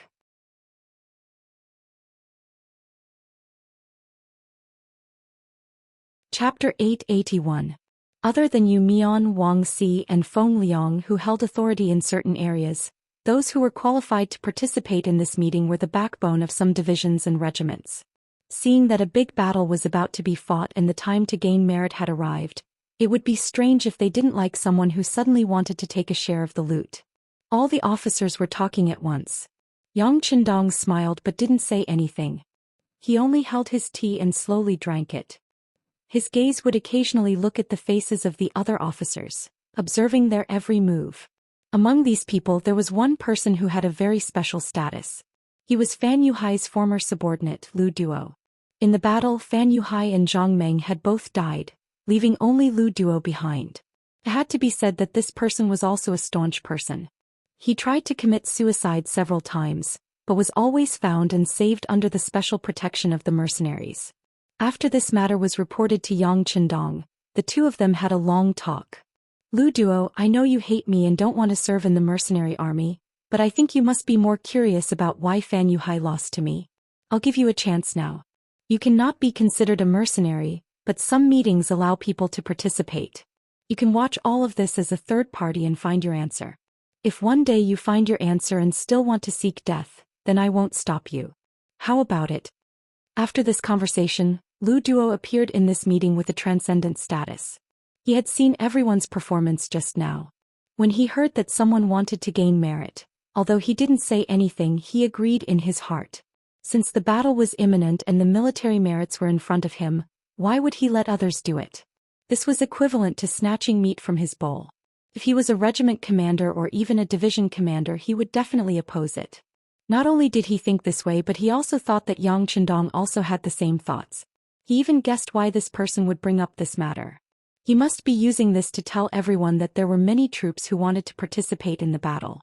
If they didn't perform well on the battlefield, then they couldn't blame others for snatching their merits. This was just a way to motivate the generals and soldiers. In the past, Fan Yuhai had often used it, so it was not surprising. Lu Duo also did not think that Yang Qindong would be more skilled in this aspect, much better than his former master. In the meeting, the generals were still talking at the same time. However, all of them expressed that it was enough to have them on the battlefield. As for the 20,000 Mongol soldiers, they should just forget about it. The benefits should not be given to outsiders, right? After a while, those who should have expressed their opinions had all expressed their opinions. Even the Tatar division commander, Su He, who rarely spoke, firmly said that they could fight this battle well. If they didn't have enough troops, they could use the logistics division's troops. There was no need for others to interfere. Soon, apart from Commander Tiger's Mane and Deputy Commander Shibi, the rest of the officers made their statements. Everyone is almost done talking. Why aren't Commander Hu and Deputy Commander Shi speaking? What do you think? Yang Qindong was very satisfied with the abilities of these two people. As they continued to grow, they had become more and more like high-ranking generals. They were not anxious when faced with problems, and they were calm and mature. The two people who were called looked at each other first.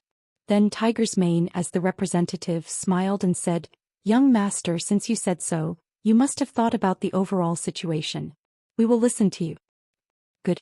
Yang Qindong nodded heavily.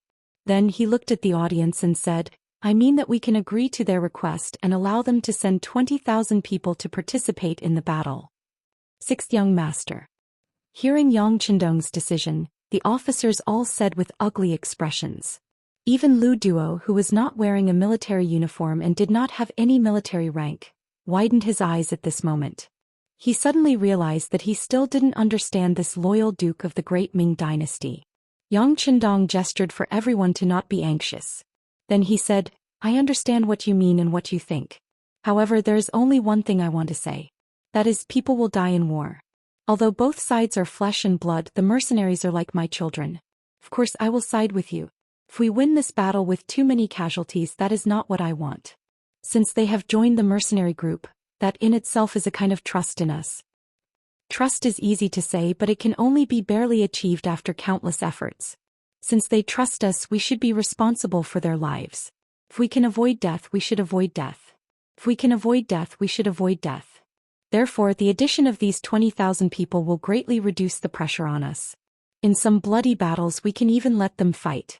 This can reduce our casualties to a minimum, and it can also tell others that it is not so easy to take advantage of us. What do you all think? Allowing others to participate in the battle did mean that they had to share a part of the military merits. However, it was undeniable that they would also share a part of the danger. If the plan was meticulous, they might even share a large part of the danger. This was Yang Qindong's consideration for everyone. When these words were said in public, the people who had objected just now could not help but shut their mouths. This was for their own good. They could not refuse. When everyone looked at Yang Qindong, their eyes were filled with gratitude. Lu Duo finally understood Yang Qindong's meaning. He sighed in his heart. This person was indeed ruthless. Compared to him, Fan Yuhai was not as good. However, from another point of view, was his consideration wrong? This time, the people of the Mongol tribe in the desert wanted to take advantage of them. If they refused, it was inevitable that people would say that they were not impartial. However, they originally wanted to force Yang Qindong to give in. In the end, they were used. Who could be blamed for this? Of course, what made Lu Duo sigh was that Yang Qindong valued the lives of the soldiers. How could this kind of leader who sincerely thought for the soldiers not be respected? What if he could not be supported by others? When he looked at Yang Qindong, Lu Duo seemed to see a faint halo above his head. That was something that only people who achieved great things would have. In comparison, whether it was the angle of looking at the problem or the situation, Fan Yuhai lost by more than a level. Now it seemed that they would lose and Yang Qindong would win. Everything seemed to be within reason. The meeting was still going on. In the end, 3 sets of plans were drawn up. Because they still didn't know how the Tatar cavalry was going to fight this battle, the plans could be changed at any time. However, it was undeniable that all the participants were convinced after listening to Yang Qindong's 3 sets of plans. The various calculations were in place and were made according to the character of the enemy's generals. It already included all kinds of possibilities. Military preparations had to be done. The matter of Yang Qindong marrying Princess Tuoya and conferring the title of Khan still had to be carried out. This matter was mainly handed over to Yu Mian Wang Si and the others to handle. According to the requirements, this ceremony had to be grand and had to have the effect of encouraging and unifying the people. The 1st of July quickly arrived under everyone's expectations. In the morning of this day, the entire first city was infected by the enthusiastic atmosphere. All the people in the city, regardless of age, walked to the streets and came to the largest central square in the city. There was also such a square in Xichen City. It could accommodate more than 300,000 people in the army. It had already become a kind of landmark building in Xianxia City. Princess Tuoya was already dressed up. She was wearing gold and silver accessories. It was estimated that the weight of these accessories was no less than 10 kilograms. It was so heavy that she felt like she could not lift her head. With the help of her maid Guna, after Fan Yuqi was defeated, Guna, who was imprisoned, was freed. She came to an extremely luxurious carriage. Then she rushed to the central square with Yang Qindong, who was wearing a marshal's uniform. 2nd Madame Qiao Yin, 4th Madame Lady Xiang, and 7th Madame Yang Nai had already arrived at the square. According to the 2 madams, they did not want to show their faces in public at this time. The main reason was that they did not want to steal the limelight from the 7th madam. However, Yang Qindong insisted that they come. He also used this matter to tell others that he would not forget his old love after marrying a new one. Similarly, when it came to military matters, he wouldn't forget about the old just because he used new people. At this moment, the square was already crowded. When Yang Qindong's carriage appeared, the square was even more jubilant. The sound of shouting the heavenly Khan shook the sky. It could be heard clearly in every corner of the first city. The carriage stopped. Yang Qindong appeared in the crowd's line of sight, holding the hand of Tuoya, who was dressed in splendid clothes. He waved to everyone from time to time. For a moment the waves of cheers were louder than the previous. At this moment, everyone was immersed in the warm atmosphere. Among the crowd, the spies of the Security Bureau were dispatched collectively. They appeared in the crowd and watched every place in the square at all times to ensure that they could counterattack immediately if there was any movement. Amidst the cheers of more than 200,000 people, Yang Qindong walked up to the viewing platform of the square. As he made a gesture, a loud bugle sounded, followed by a grand military parade. Groups of mercenaries in military green uniforms walked out from the side of the square and strode forward on the road in front of the square. During the war, one of the best ways to announce oneself was to parade. It could not only have the effect of inspiring and grand, but it could also have the effect of deterring the enemy. Sure enough, when the military parade began, the square was much quieter. Everyone's eyes were attracted by the mercenaries walking through the square. Even Wan Shishan, Ning Wenfeng and the others were staring at the scene in front of them, as if they were going to miss every single moment. The first to appear was the Black Cavalry Guards. The uniform black armor, black mask, and the uniform warhorse armor gave everyone a strong sense of oppression when they appeared. Although there were only 100 people in total, the aura they revealed was not weaker than any army with thousands of men and horses.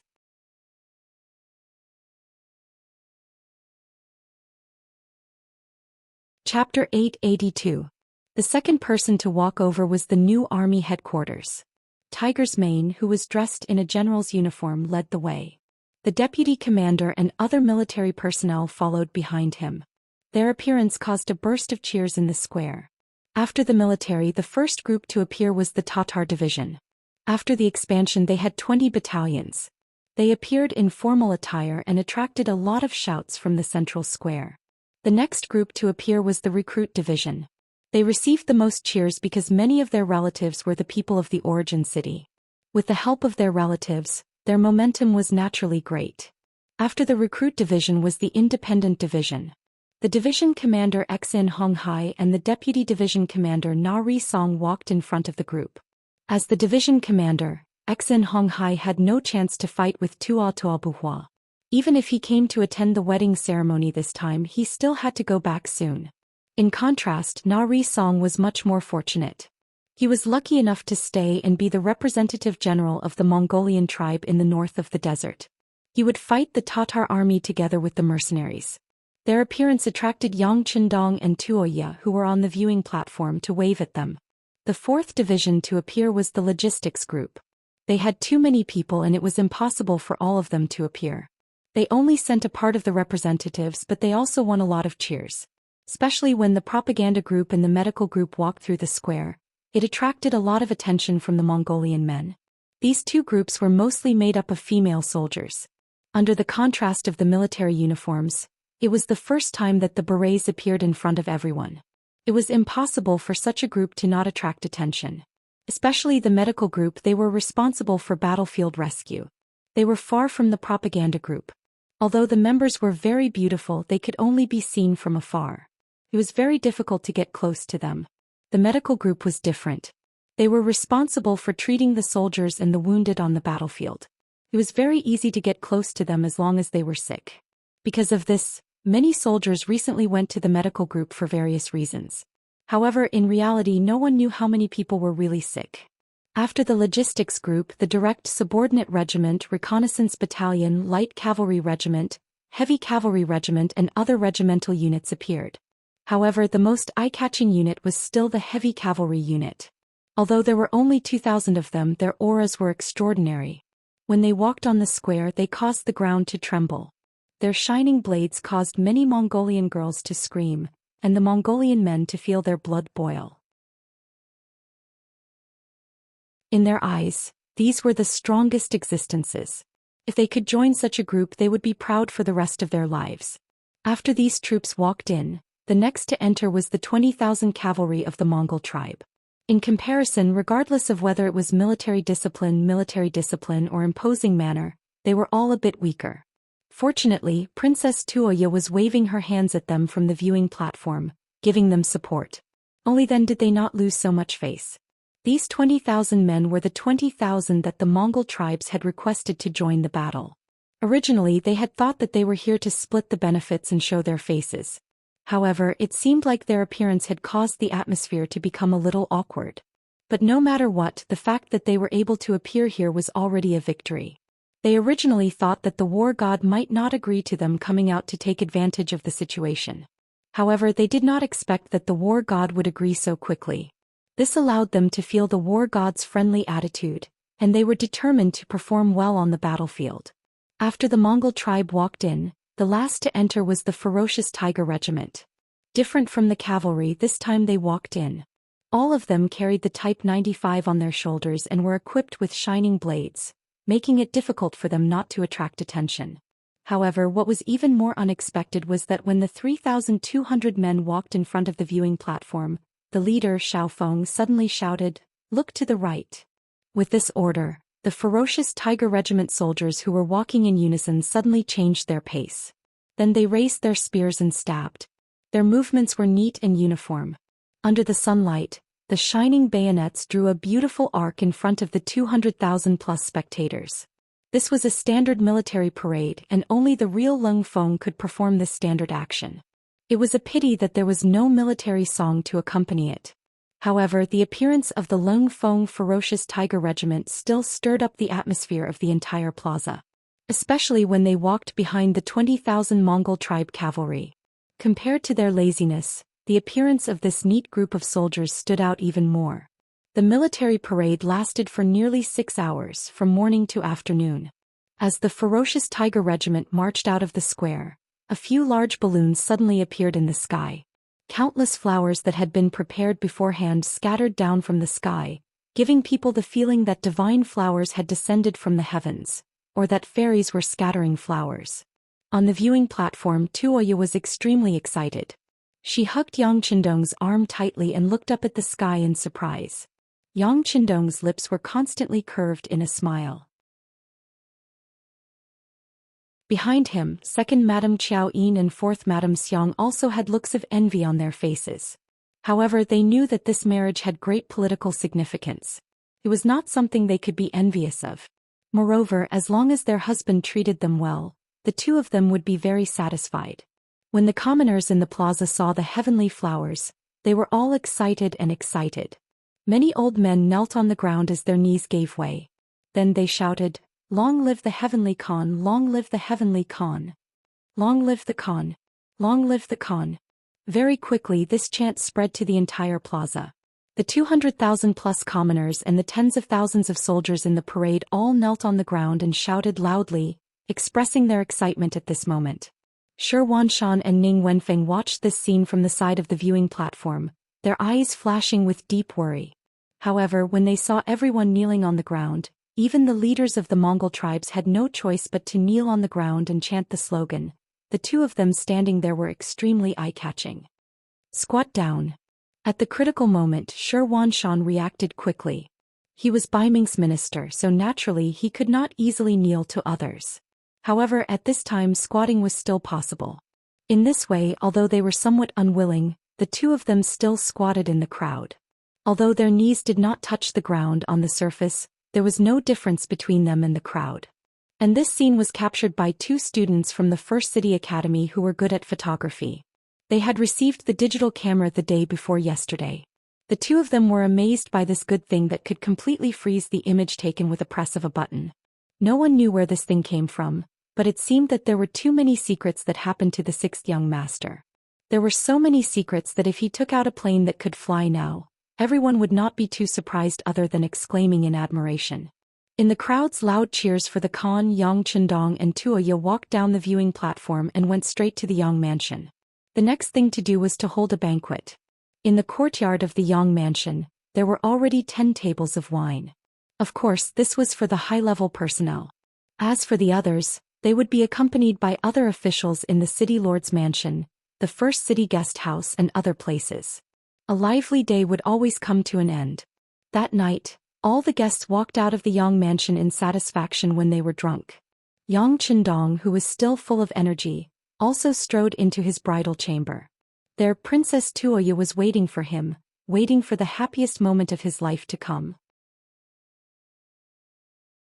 On the second day of the wedding ceremony, the guests began to leave one after another, and the parade troops also went to the front line one after another. They originally had their own missions, and if one looked carefully, they would notice that some of the troops that left the city were mainly heading toward the Xihan mountain area, which was southeast of the first city. Just yesterday, before the ceremony was about to begin, the Security Bureau and the reconnaissance team, which was under Zhou Xian's command, sent news that the 20,000 cavalrymen under the Tatar army's right vanguard, Xian, had arrived at the foot of Xihan mountain. They revealed that they wanted to capture this mountain and use it as their rear base to confront the mercenaries. According to the previous plan, the logistics division had originally sent out 6 battalions of more than 2,000 people to guard Xihan mountain. However, because they had entered the city to participate in the parade, only 1 battalion was left to guard the mountain. Coincidentally, at this moment, the Tatar army appeared at the foot of the mountain. The troops that were leaving the city were rushing to support them. On the magnetite slope halfway up Xihan mountain, General Xian was looking up at the peak of the mountain with a complacent expression. After receiving the order from Great Khan Tuochuo to attack the first city, Xian rushed all the way here. He wanted to arrive before the great Ming dynasty's Zhongdan duke's wedding and sabotage it. However, he was still late by a day.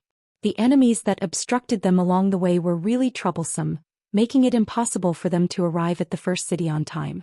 But it didn't matter. The Tatar spies left behind in this area brought him good news. There weren't many enemies in Mount Xihan that the mercenaries had taken down. There were only a few hundred of them, even if they were to take all of them into account. 20,000 versus a few hundred. This was an unequal battle. To Xian it was like an appetizer before a big meal. He did not care about it at all. The facts also proved that the magnetite slope halfway up the mountain was taken down without much attack. Next, they only had to wait until they reached the peak of Xihan mountain. Then this place would be completely under their control. Report. A large number of mercenary reinforcements have been discovered at the foot of the mountain. When the news reached Xian's ears, he couldn't help but laugh out loud. Good, they're pretty fast.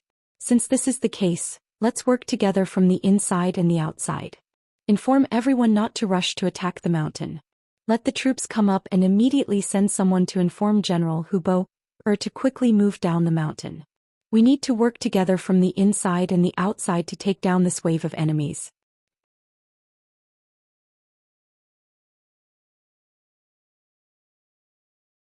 Chapter 883. The scout nodded and immediately went to pass down the order. Another Deputy General, Mu Qi, came up with a puzzled expression.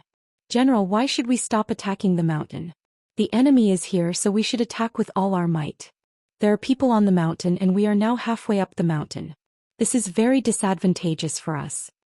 Pa, what do you know? Xian had a smug look on his face when he said this. Mu Qi flattered and laughed. He took half a step forward and said, General, please enlighten us so that we can learn from you. Looking at Mu Qi's curious face, Xian's vanity was greatly satisfied. He laughed and said, All right, seeing that you are so eager to learn, I will teach you a lesson today. Let me ask you, why did the mercenaries rush to our Xihan mountain so early in the morning? Well, it's probably because they know that there are mercenaries surrounded here, so they want to take this place back. Mu Qi answered with a straight to the point. That's right. Then if we had already taken over the entire mountain, do you think they would still want to take it back? Xian chuckled and patted Mu Qi's shoulder. Let me tell you, war is a skill. Sometimes bravery alone is not enough. There are still many things to learn. Xian had already left, but Mu Qi was still deep in thought. Suddenly he had a flash of inspiration and shouted, Ah! I know, the general intentionally left the mountain unattacked in order to lure the enemy's reinforcements. Only if there are mercenaries here would they have no choice but to come despite knowing the danger. That's right, the enemy on the mountain is the bait we used to catch the big fish. If we eat them now, the mercenaries won't fall for it. Now we just have to wait for them to reach the foot of the mountain and wait for General Hubo, to surround them. Then we can eat the bait at any time and attack from both inside and outside to deal a heavy blow to the mercenaries. Xian, who was already a few meters away, laughed heartily and walked further and further away. He wanted to see how many reinforcements the mercenaries had. If there were too few, it wouldn't be enough for him to eat. At this moment Huboer's 20,000 soldiers were rushing over from the west of Saihan Mountain. Huboer, who was riding on a horse, asked General Mu Ren as she galloped. Did Laoxian really take down Mount Saihan? Yes, the scouts they sent as well as the gerfalcons in the sky told us the same thing. Mu Ren answered with certainty. Then are you sure that there's only one battalion of mercenaries on Saihan Mountain? Huboer asked worriedly. I saw it clearly. Usually there are only 4 battalions on the mountain. Our brothers went to investigate before. This time for the wedding of Duke Zhongdan, they sent 3 battalions to participate in the military parade. Now there is only 1 battalion left in the mountain. Mu Ren nodded again and said, Mount Saihan is such an important place. How could it change hands so easily? General Mu Ren, do you think this is another one of Duke Zhongdan's schemes? Huboer was still worried and continued to ask. That shouldn't be the case. Our men just sent a report from the origin city. They said that Duke Zhongdan's main generals appeared during the military parade. If they were really prepared, then there should be at least 1 general guarding an important place like Mount Saihan. Mu Ren replied while sighing in his heart. It seemed that his general was scared after the previous defeat. Otherwise, why would he be so careful? Is that so? That's good, that's good. After asking a few questions and not finding any problems, Huboer finally relaxed. She then said to a guard beside her, Go and inform General Hu Lin of the vanguard. Tell him to speed up. As long as we report to him, even if the mercenaries have some tricks up their sleeves, it won't be that easy for them to take down our army of 40,000. Huboer was very careful. As the saying goes, once bitten by a snake, twice shy. This was exactly what he meant. He was worried that Yang Qindong would play tricks again, so he wanted to be closer to Laoxian. That way, if the situation changed, he would be able to provide assistance. However, he did not know that this was exactly what his opponent did not want to see. On the battlefield, only by not letting the opponent feel comfortable would one feel comfortable. This was a principle that had not changed since the ancient times. As such, when Huboer's troops wanted to get closer to Mount Saihan, they encountered more and more resistance. There were a total of 10,000 Mongol soldiers in this region. The vanguard general Hu Lin had already encountered many waves of enemies, ranging from a few hundred to a few thousand. Fortunately, the other party's combat strength was very ordinary and most of the time they used arrows to attack from afar. Once he became serious and launched a charge, the other party would retreat again, as if they had no intention of tangling with them. It was also as if their combat strength was mediocre and it was difficult for them to be a match. This situation was somewhat abnormal, so Hu Lin sent someone to report the situation to General Huboer. Very quickly he received a confirmation. Don't worry about them. They just want to stop us from meeting up with General Laoxian. The more they do this, the faster we need to get to the foot of Mount Saihan. With this order, Hu Lin calmed down and ordered the vanguard to charge forward. When they met with obstructions, they would only send out a small group of cavalry to retaliate. As expected, even a small group of cavalry was able to repel the enemies. Hence they continued to charge forward. When the sky was about to turn dark, they were already 20 li west of the foot of Mount Saihan. From here to the foot of the mountain it would only take an hour. The cavalry had been running for an entire day and were truly tired. After asking for instructions, Hu Lin ordered the troops to rest. In less than an hour, General Huboer and General Mu Ren arrived and both sides met up. Good, everyone is tired. Have a good rest.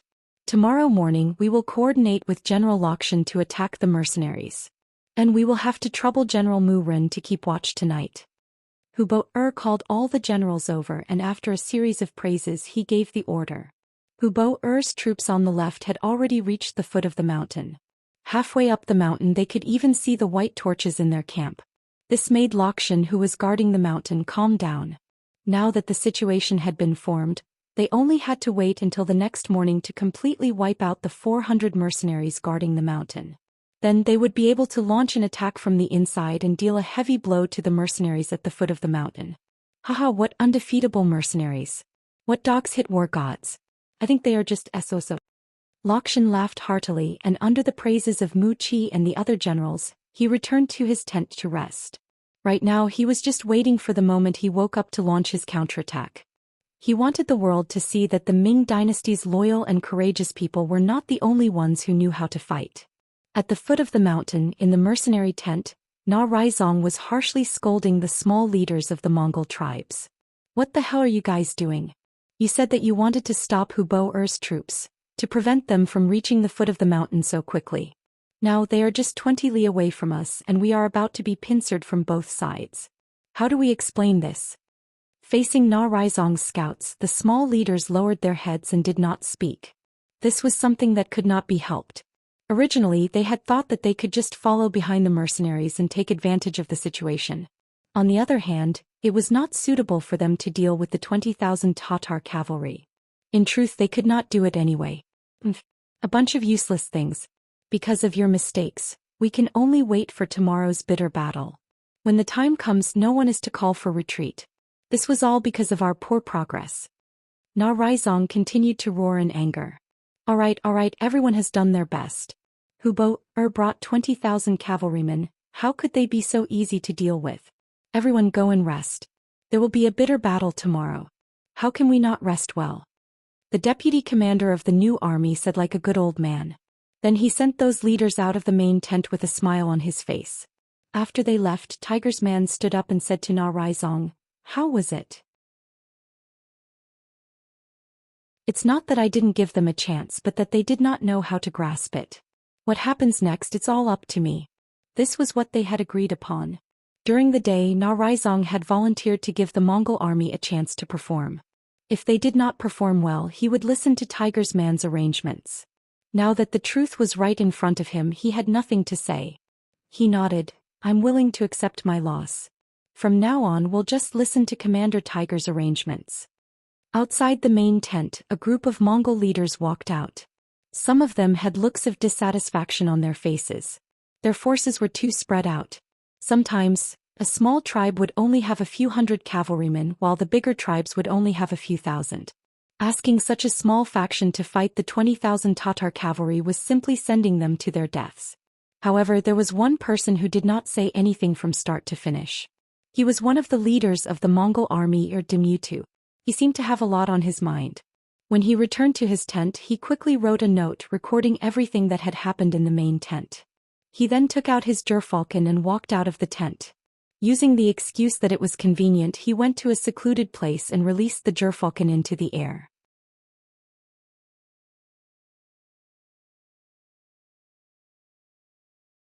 Chapter 884. Erdemütu had another identity. He was a pawn that Tuachuo Buhua had planted in the Gobi Mongol tribe. The reason he could become the leader of the tribe was because of Erdemütu's help. Now was the time to use this pawn. Very soon the news reached Hu Bo-er's subordinates who were 20 kilometers away. When he saw the note, he completely relaxed. It seemed like his worries were unnecessary. It was all because the mercenaries trusted the Gobi Mongol tribe too much. This was their chance. After God knows how many days, Hu Bo-er could finally have a good night's sleep. They only had to wait until dawn to launch their attack. At that time, with Laoxian's attack from above and Erdemütu's help, they would be able to deal heavy damage to the mercenaries. On the black stone slope halfway up the mountain, Laoxian's army was also resting. They were also conserving their energy and waiting for the dawn to come so that they could counterattack with all their might. Before Tuachuo Buhua's main force arrived, they would first inflict heavy damage on the mercenaries and make a great contribution. The mercenaries' camp at the foot of the mountain also fell into silence. They were ordered to rest early after dinner, as though they were also preparing for the upcoming battle. However, very few people knew that the time they chose for the battle was not dawn, but the middle of the night. When it was the third night watch, which was the wee hours of the morning, the mercenary camp suddenly sounded a hurried whistle. The horn for an emergency assembly was officially blown. Countless soldiers in neat military uniforms walked out of the large tent, holding their sabers and leading their horses as they began to assemble. Although it was still pitch black at the top of Saihan Mountain, the densely packed mercenaries were already waiting with their swords in hand, ready for battle. The top of Saihan Mountain, which was where Laoxian's bait was not like what the outside world had guessed. There was only one battalion, but there were 20 battalions. In the past few days, the number of water carts delivering water to the top of the mountain had suddenly increased. However, few people knew that every carriage that went up the mountain was filled with mercenaries. They used the excuse of delivering water as an excuse to sneak into the mountain. All of this was part of Yang Qindong's plan. He wasn't a god, so he naturally didn't expect the Tatar army to use this as an attacking point to start the first battle. The reason why he had arranged for 20 battalions of soldiers and horses to be stationed here was to have an opportunity to deal a heavy blow to the Tatar army. However, he did not expect that it would come in handy so soon. The person in charge of hiding and guarding the mountain was none other than Zhou Xian, who had just been promoted to captain of the reconnaissance team. This Zhou Xian was an old man. When Yang Qindong was fighting in the southern Ming dynasty, he had served in the military. It could be said that he was a person with many military achievements. However, considering the importance of scouts and the extremely high standards of personnel, his official position was not high. However, as a regiment commander, he was given the rank of senior colonel, which was enough to prove his worth. If there came a day when he was no longer willing to work in the reconnaissance group, he was more than qualified to be a division commander. The mercenaries had their own security bureau, but it was hard to guarantee that the other forces would have their own intelligence organizations. Knowing that it was very likely that the senior officers under his command had already been targeted, Yang Qindong did not use them this time. Instead, he sent Zhou Xian, who had always been elusive, to the mountain to be in charge of this undercover mission. Tianhu and Bai Shuang were also on the mission with Zhou Xian. They were all outstanding students in the First City Academy, especially in the field of military studies. This time, the two of them were assigned to cooperate with Captain Zhou in the battle, which was also a chance for them to participate in actual combat. 3 smart people, 3 capable people gathered together so their strength could be imagined. When they received the report from the foot of the mountain that someone had set their sights on Mount Saihan, the 3 of them discussed and decided to beat them at their own game. They took the initiative to give up the magnetite slope halfway up the mountain. While showing weakness to the enemy, they were also looking for the best opportunity. Originally, the 3 of them were a little distressed. If Luxian's troops attacked the top of the mountain, what would they do? They didn't expect the other party to cooperate with them so much that they would surround them but not attack. This made the 3 of them overjoyed, and at the same time, they arranged for the 20 battalions to rest early. At around 11 o'clock at night, they woke everyone up and prepared for the night attack. Night battle was one of the subjects that the mercenaries often trained in. When their nutrition could completely keep up, the so-called night blindness had nothing to do with them. With such a foundation, they already had the conditions to fight at night. And tonight was the time for them to launch a large-scale counterattack. Didn't Luxian want to launch a 2-pronged attack? Well then, let's give him a taste of his own medicine. Let's launch a 2-pronged attack and completely annihilate him. The timing was a few hours earlier than the other party's attack, and they were already prepared. This allowed the mercenaries to gain the upper hand and have more chances of winning. In the early hours of the morning, the mercenary camp at the foot of the mountain became lively. With a flash bomb that lit up the sky for half a day, the general attack began. Troops began to attack Mount Saihan one after another. The sudden attack caught the enemy, who was resting on the magnetite slope halfway up the mountain, off guard. Luxian came out of the large tent. As he put on his armor, he asked Mu Qi, who had rushed over, "What's going on?" "I'm not sure yet, but it seems like the mercenaries launched the attack in advance," Mu Qi replied with a puzzled expression. "Attacking at night or charging up the mountain, I really don't know who gave the mercenaries the courage to face the enemy like this. Oh right, there's still a battalion of enemies on the mountain. There's no need to keep them here. Quickly send people to take them down." Luxian's face revealed a cold expression. Although the mercenaries' strategy of attacking in the middle of the night was somewhat unexpected, he had the higher ground and did not slack off in his defense at night. It would not be easy for anyone to attack up the mountain. He only needed to wait until dawn, when his vision was no longer obstructed, and then he could lead the main force to launch a counterattack. However, would the mercenaries give them a chance to launch a counterattack? Just as Luxian was still giving orders to Mu Qi, deafening battle cries suddenly sounded from the top of Mount Saihan behind them. 8,000 mercenaries charged down the mountain like ferocious tigers. Poor Luxian. He had never taken the mercenaries on the mountain seriously, so he only arranged for 1,000 soldiers to defend. Logically speaking, 1,000 soldiers should be enough to fight against 400, But 1,000 against 8,000 was not a small difference. The 1,000 Tatar army did not even have time to figure out what was going on. They were greeted by a rain of arrows. Hundreds of people were injured and killed by the arrows. Then their defensive line was instantly overwhelmed by the mercenaries who rushed down the mountain. Su Yunxing, who was mixed in with the army, laughed loudly and waved the saber in his hand as he shouted, "Comrades, it's time to perform meritorious deeds. Charge! Charge!" Tianhu and Bai Shuang also shouted crazily, their eyes flashing with excitement. The sudden appearance of the 8,000 mercenaries made the Tatar army dizzy. They had no idea where so many enemies had come from. Xian continuously mobilized his army to stop the Tatar army while lighting 3 bonfires that he had prepared beforehand. This was a signal for reinforcements. If the situation became dangerous, he would be able to use this to call for help from Hubo, Er's subordinates. The sudden movement of the mercenaries naturally did not escape the eyes of Hubo, Er's scouts.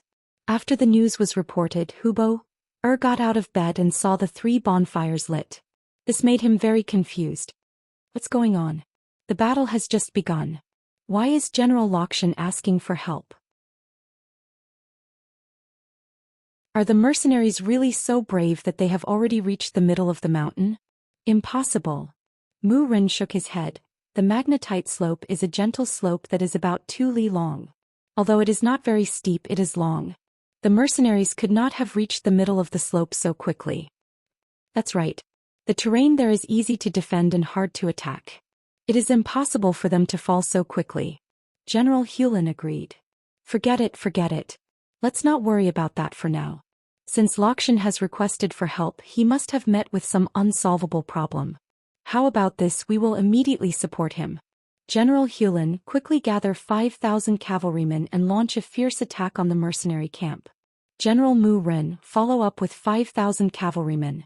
No matter what, you must attract the attention of the mercenaries and reduce the pressure on General Xian. The sudden attack of the mercenaries caused the entire battlefield to move. Countless mercenaries moved out in an orderly manner, as though they had already decided on their target. On the other hand, the leaders of the Mongol tribes gathered in Narasong's tent with sleepy eyes. Even now they did not know what was going on. Alright, since everyone is here, I will now assign the tasks. But before that, there's something we need to do first. Where's General Demutu? Na Raizong suddenly shouted as he looked at everyone with an excited expression. Yes. Instinctively Demutu responded. As soon as he agreed, 2 burly Mongolian men immediately rushed towards him. Seeing that the situation was not good, he wanted to pull out his sword to resist. However, how could he be a match for them when they were unprepared? He was immediately pressed down. After being pressed down firmly, Demutu struggled to no avail. He immediately shouted, "Narasong, what are you trying to do? Are you trying to use this opportunity to eliminate the dissidents? And all of you, are you just going to watch? Let me tell you, if he takes care of me today, he will take care of all of you tomorrow." "Shut up, you traitor." Seeing that there was indeed a commotion in the crowd, Narasong immediately shouted. Originally, some of the leaders wanted to ask Narasong what he was trying to do. If he really wanted to eliminate them, then they would have to fight back. However, once they heard the word, traitor, they immediately shut their mouths.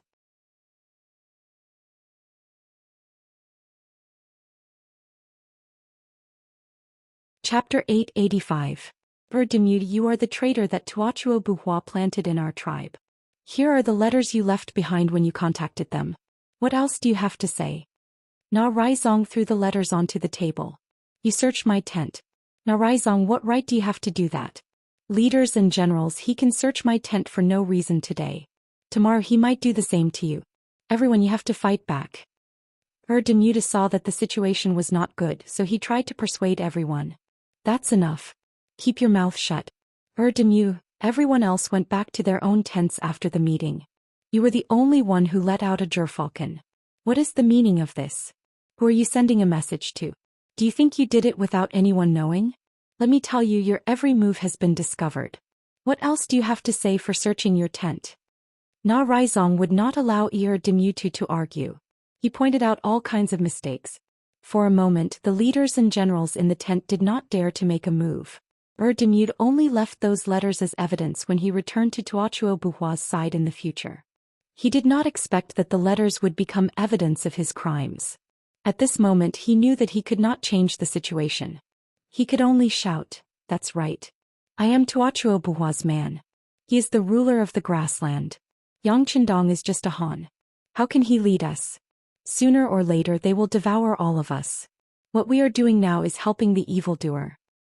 Men, shut his mouth. Take him away and behead him in public. Also behead his family in the tribe.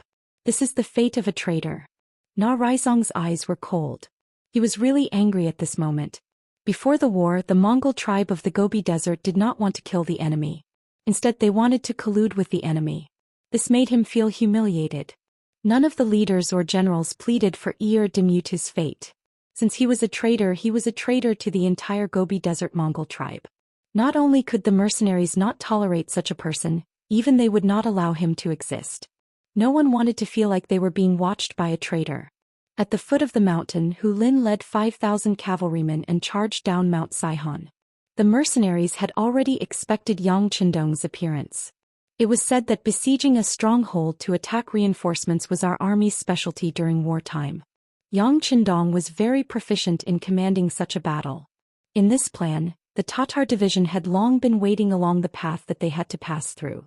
They were only waiting for the 5,000 cavalry led by Hu Lin to appear in the encirclement. Then heaven-shaking battle cries sounded from both sides. A total of 20 battalions and a division of 8,100 cavalry charged out from both sides. The sound of arrows piercing through the air shot towards the unprepared but anxious Tatar cavalry. It was not the first time for Su He to fight a war between Tatars and Tatars. In the past he was Agador's subordinate and did not get along well with Tuachuo. Now that he had such an opportunity, how could he be lenient? The 8,000 cavalrymen launched a surprise attack with their bows and arrows, killing at least 500 cavalrymen and injuring countless enemies. Hu Lin, who was charging, was stunned by this sudden ambush. Hu Lin was not a brainless person. After receiving the order, he was already prepared to be ambushed. However, he had only left the camp for 5 miles. How could he have encountered the enemy? Didn't this mean that the enemy's troops were all at his doorstep?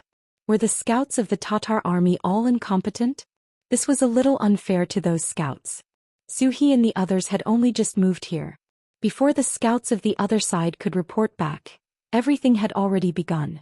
Unprepared, Hu Lin's army retreated again and again until they met Mu Ren and the 5,000 cavalrymen behind them.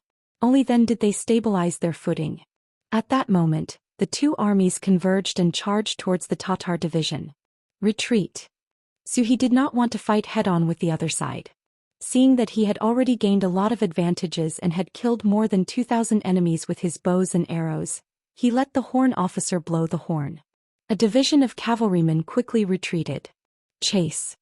Hu Lin, who had been beaten until he was dizzy, was furious. Without doing anything, he had lost 40% of his troops. A flame of anger burned in his heart. He could not wait to charge forward and kill the mercenaries. "General Hu, the situation is not right. It is better not to be rash." Seeing that the mercenaries had retreated the moment he appeared, Mu Ren had a bad feeling. Logically speaking, the other side should have been prepared and should not have retreated. It was as if they were tempting him to continue. What is wrong? It is obvious that the other side is cowardly and does not dare to face our cavalrymen head-on. They only know how to shoot arrows. If General Mu is afraid, then wait here for General Hu's arrival. I will bring my men and chase after them. The furious Hu Lin had lost his mind at this time. All he thought about was taking revenge for his brothers. How could he listen to anyone else's words? Hu Lin did not listen to his advice and continued to chase. Mu Ren could only shake his head and smile bitterly. While ordering the army to follow, he also sent someone to report the situation to General Hubo and ask him to immediately send out the necessary reinforcements. Moreover, Hu Lin took the lead, leading the remaining 3,000 cavalrymen in a fierce chase. In just an hour they arrived at the foot of Mount Saihan. At this moment, the Tatar division that had been retreating earlier had stopped in their tracks and gotten into formation. It looked as though they would charge forward and devour them if they dared to come over. One side had a division of 20 battalions and 8,100 people. The other side only had 3,000 people. Hu Lin was furious, but at this moment he could only suppress his anger and wait for the main force behind him to arrive. The first to arrive was Mu Ren. About a quarter of an hour after he arrived, General Hu Bo also arrived. Following him were 8,000 cavalrymen. In other words, only 2,000 cavalrymen were left behind to guard the headquarters. What's the situation? The moment Hu Bo arrived, his gaze first fell on General Su He and the enemy cavalrymen. He then raised his head to look at the dense sounds of fighting halfway up Saihan Mountain. The torches there were connected to one another. Looking from afar, one could still feel the intensity of the battle. General, there are close to 10,000 mercenaries blocking our way. Hu Lin requests to charge. After seeing Hu Bo, Hu Lin was filled with courage. General, the situation on the mountain doesn't seem right. Logically speaking, after fighting for so long, General Xian should have chased the mercenaries down the mountain. Why is it still in a stalemate? Mu Ren raised his head to look at the mountain with a puzzled expression. Even if the mercenaries suddenly attacked with the terrain, Xian should have chased them down the mountain very quickly. How could the battle still not end after 2 hours?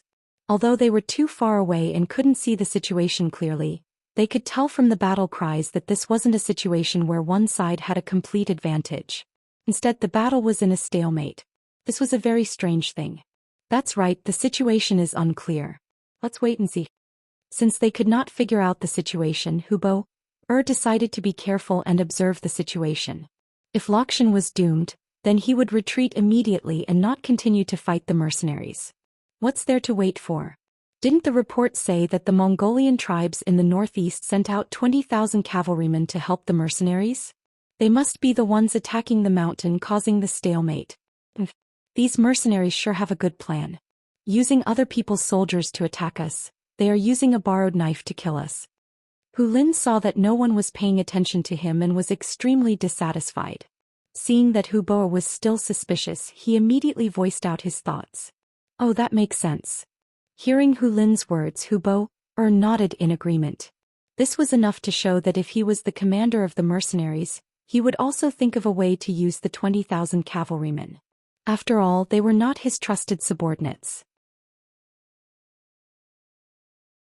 If they died, it would not be a pity. On the contrary, he would be able to use this opportunity to get rid of his enemies. He was killing 2 birds with 1 stone. But will they be so obedient? Mu Ren raised his own objection. That was 20,000 cavalrymen. Their military strength was no less than the new mercenary army. They would be so obedient. If someone told them to charge, they would charge even if they knew it would be difficult. They would even charge even if they would suffer heavy losses. That makes sense. Hu Bo nodded. Originally, he wasn't such an indecisive person. But after losing to the mercenaries in Tulu City, he was really scared. Now he was very careful and cautious in everything he did. The commander was hesitant, but this made Hu Lin anxious. Without receiving any orders, he could only suppress his urge to charge out and watch helplessly. Hu Bo's subordinate Mu Ren looked at the mountainside. He believed that even if the 20,000 Mongol soldiers charged out, they would not be able to last for long. After all, they were limited by the terrain and their numbers were similar. With the terrain, Xian's victory was only a matter of time. Time passed minute by minute. Another hour had passed. Finally, the battle cries from halfway up the mountain became softer.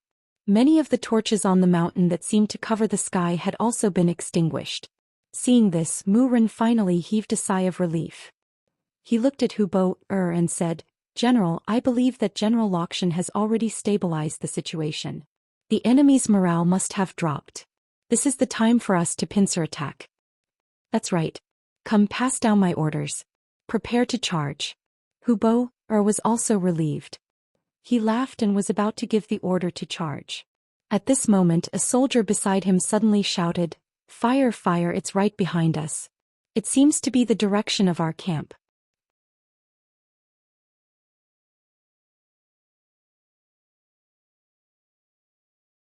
Chapter 886. This shout attracted the attention of the 3 generals. At this moment, the fire seemed to have lit up half the sky. The experienced soldiers estimated that it was about 20 miles away. Wasn't that their camp? What's going on? Hu Bo asked in confusion. Shouldn't the mercenaries focus on attacking the mountain and stopping them? How could they still have the energy to attack their own camp? No one answered Hu Bo-er's question. After a few moments of silence, countless shouts came from all directions. Following that, the scouts around the army quickly reported back. General, there are enemies in the east. General, there are enemies in the west. There are countless of them. General, there are people behind us. Because it's too dark, we can't see how many people there are. We can only see the torches and shadows. Hu Bo-er's expression changed again and again. He couldn't understand why so many enemies had suddenly appeared. Where did they come from? How could the mercenaries have so many soldiers? Could it be that all the mercenaries in the beginning city had been mobilized? Hu Bo-er obviously did not understand. These were the 20,000 cavalrymen from the Gobi Mongol tribe, as well as the new heavy cavalry, light cavalry and the scouts.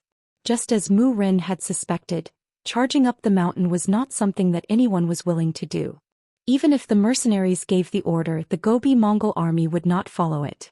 This was obviously a suicidal move. It was not something that could be obeyed with just a single order. In fact, the army attacking the mountain was only one division of the new army.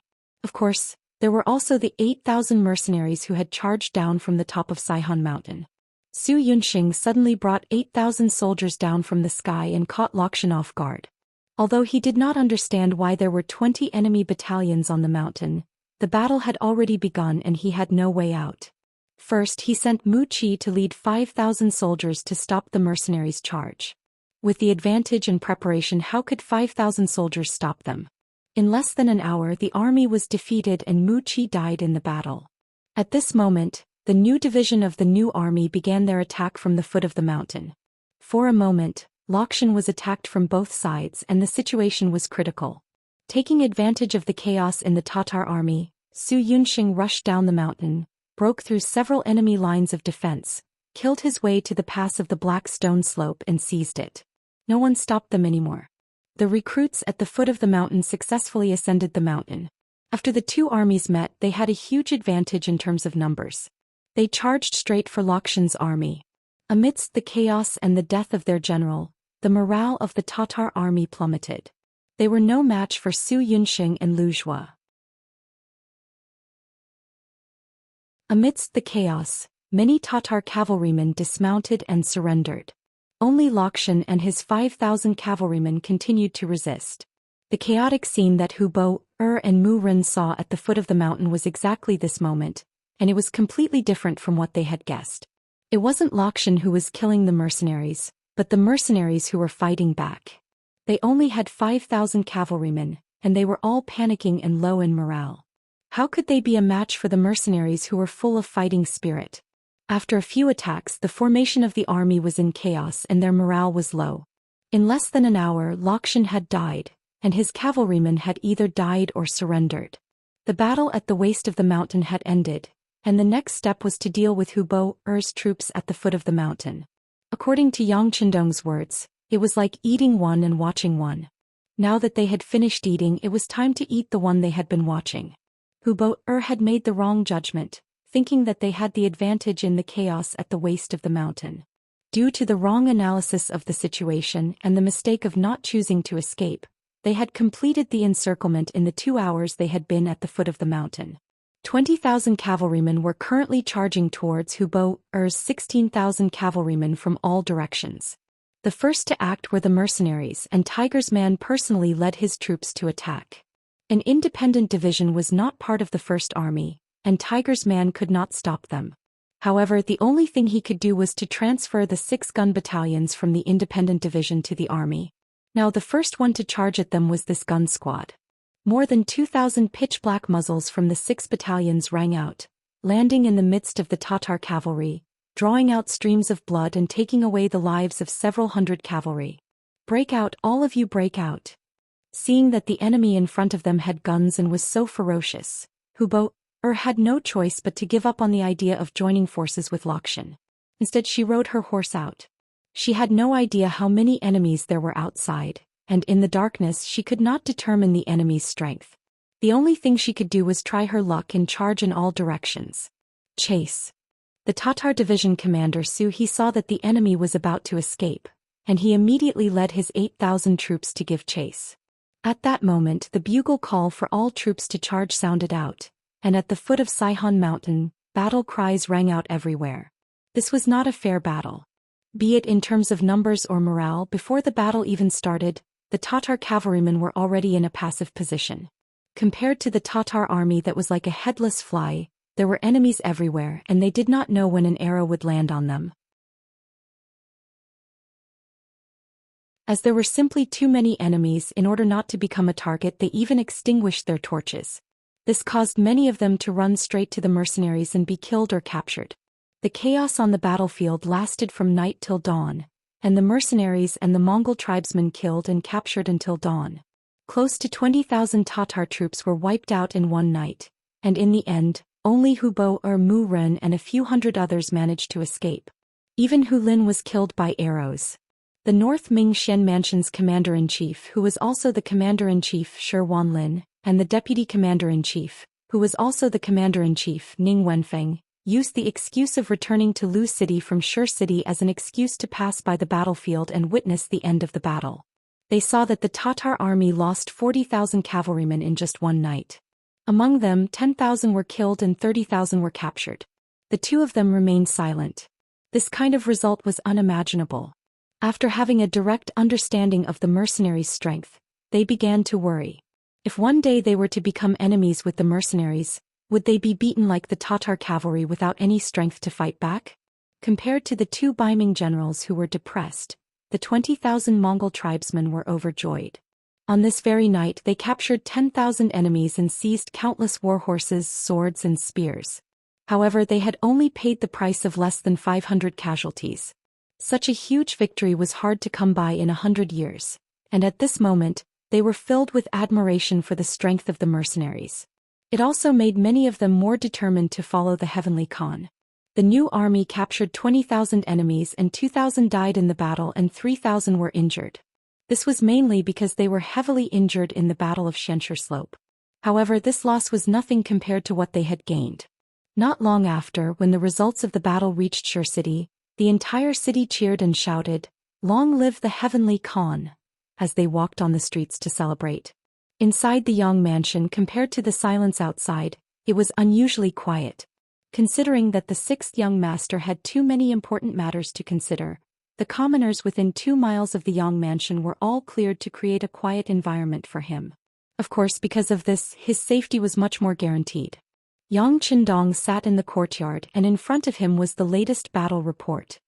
His right hand gently placed the report on the stone table, and Yang Qindong stood up and tidied his clothes. He knew that it was time for the final battle with the Tatar cavalry. Since the establishment of Shi City, it was first Agar Dorji from the Tatar tribe who brought 50,000 soldiers to find trouble with him, and then Hu Bo who brought 50,000 soldiers to find trouble with him. Now that they had all been defeated, Tuatoa Buhua had finally appeared. He had brought 80,000 soldiers and in the first battle he had killed 40,000 enemies. It must be very painful for him. "I'm a good person and I like to do good deeds. Let me end your pain." Yang Qindong smiled and walked out of the Yang family manor. On a huge plain north of Saihan, the mercenaries and the Tatar cavalry finally met. Yang Qindong, the Heavenly Khan and Tuatoa Buhua officially met here. When a king meets a king must die. In just one night half of the soldiers had been lost. When the news reached Tuatoa Buhua's ears, his usually calm face revealed a trace of shock. Soon after, Hu Bo and Mu Ren who had escaped were brought to his main tent. Tuatoa Buhua's figure wasn't very tall. He was only 1.73 meters tall, and his weight of 120 kilograms made him look even less burly. However, it was this person who had unified the Tatar tribe and became their Khan. Once upon a time, Tuatoa Buhua had caused many people to not be able to eat or sleep well. He had also caused many people to fear and hate him, including the great Ming dynasty and the Walla's leader Yeshen. But now he had been beaten to such a state. He was not willing to accept this. After hearing Hu Bo's report, Tuatoa Buhua stretched out his right hand and pointed at the trembling Hu Bo. Then his finger moved and landed on Mu Ren. A defeated general must be punished. Otherwise, how can he lead the army? Men drag him out and behead him in public. He'll be sacrificed to the army. Ah, Great Khan, no. I'm willing to be the leader of the suicide squad. I only ask that you give me a chance. General Hu, save me, save me. Amidst the shouts, the Mu Ren was dragged out of the main tent. Hubo was left trembling. He knew that just now the Khan had revealed his intention to kill him. He had taken a trip to the gates of hell. You're tuning in to the Zhou Xian's Legacy YouTube channel. Don't forget to subscribe and join us on this journey to catch the most captivating stories.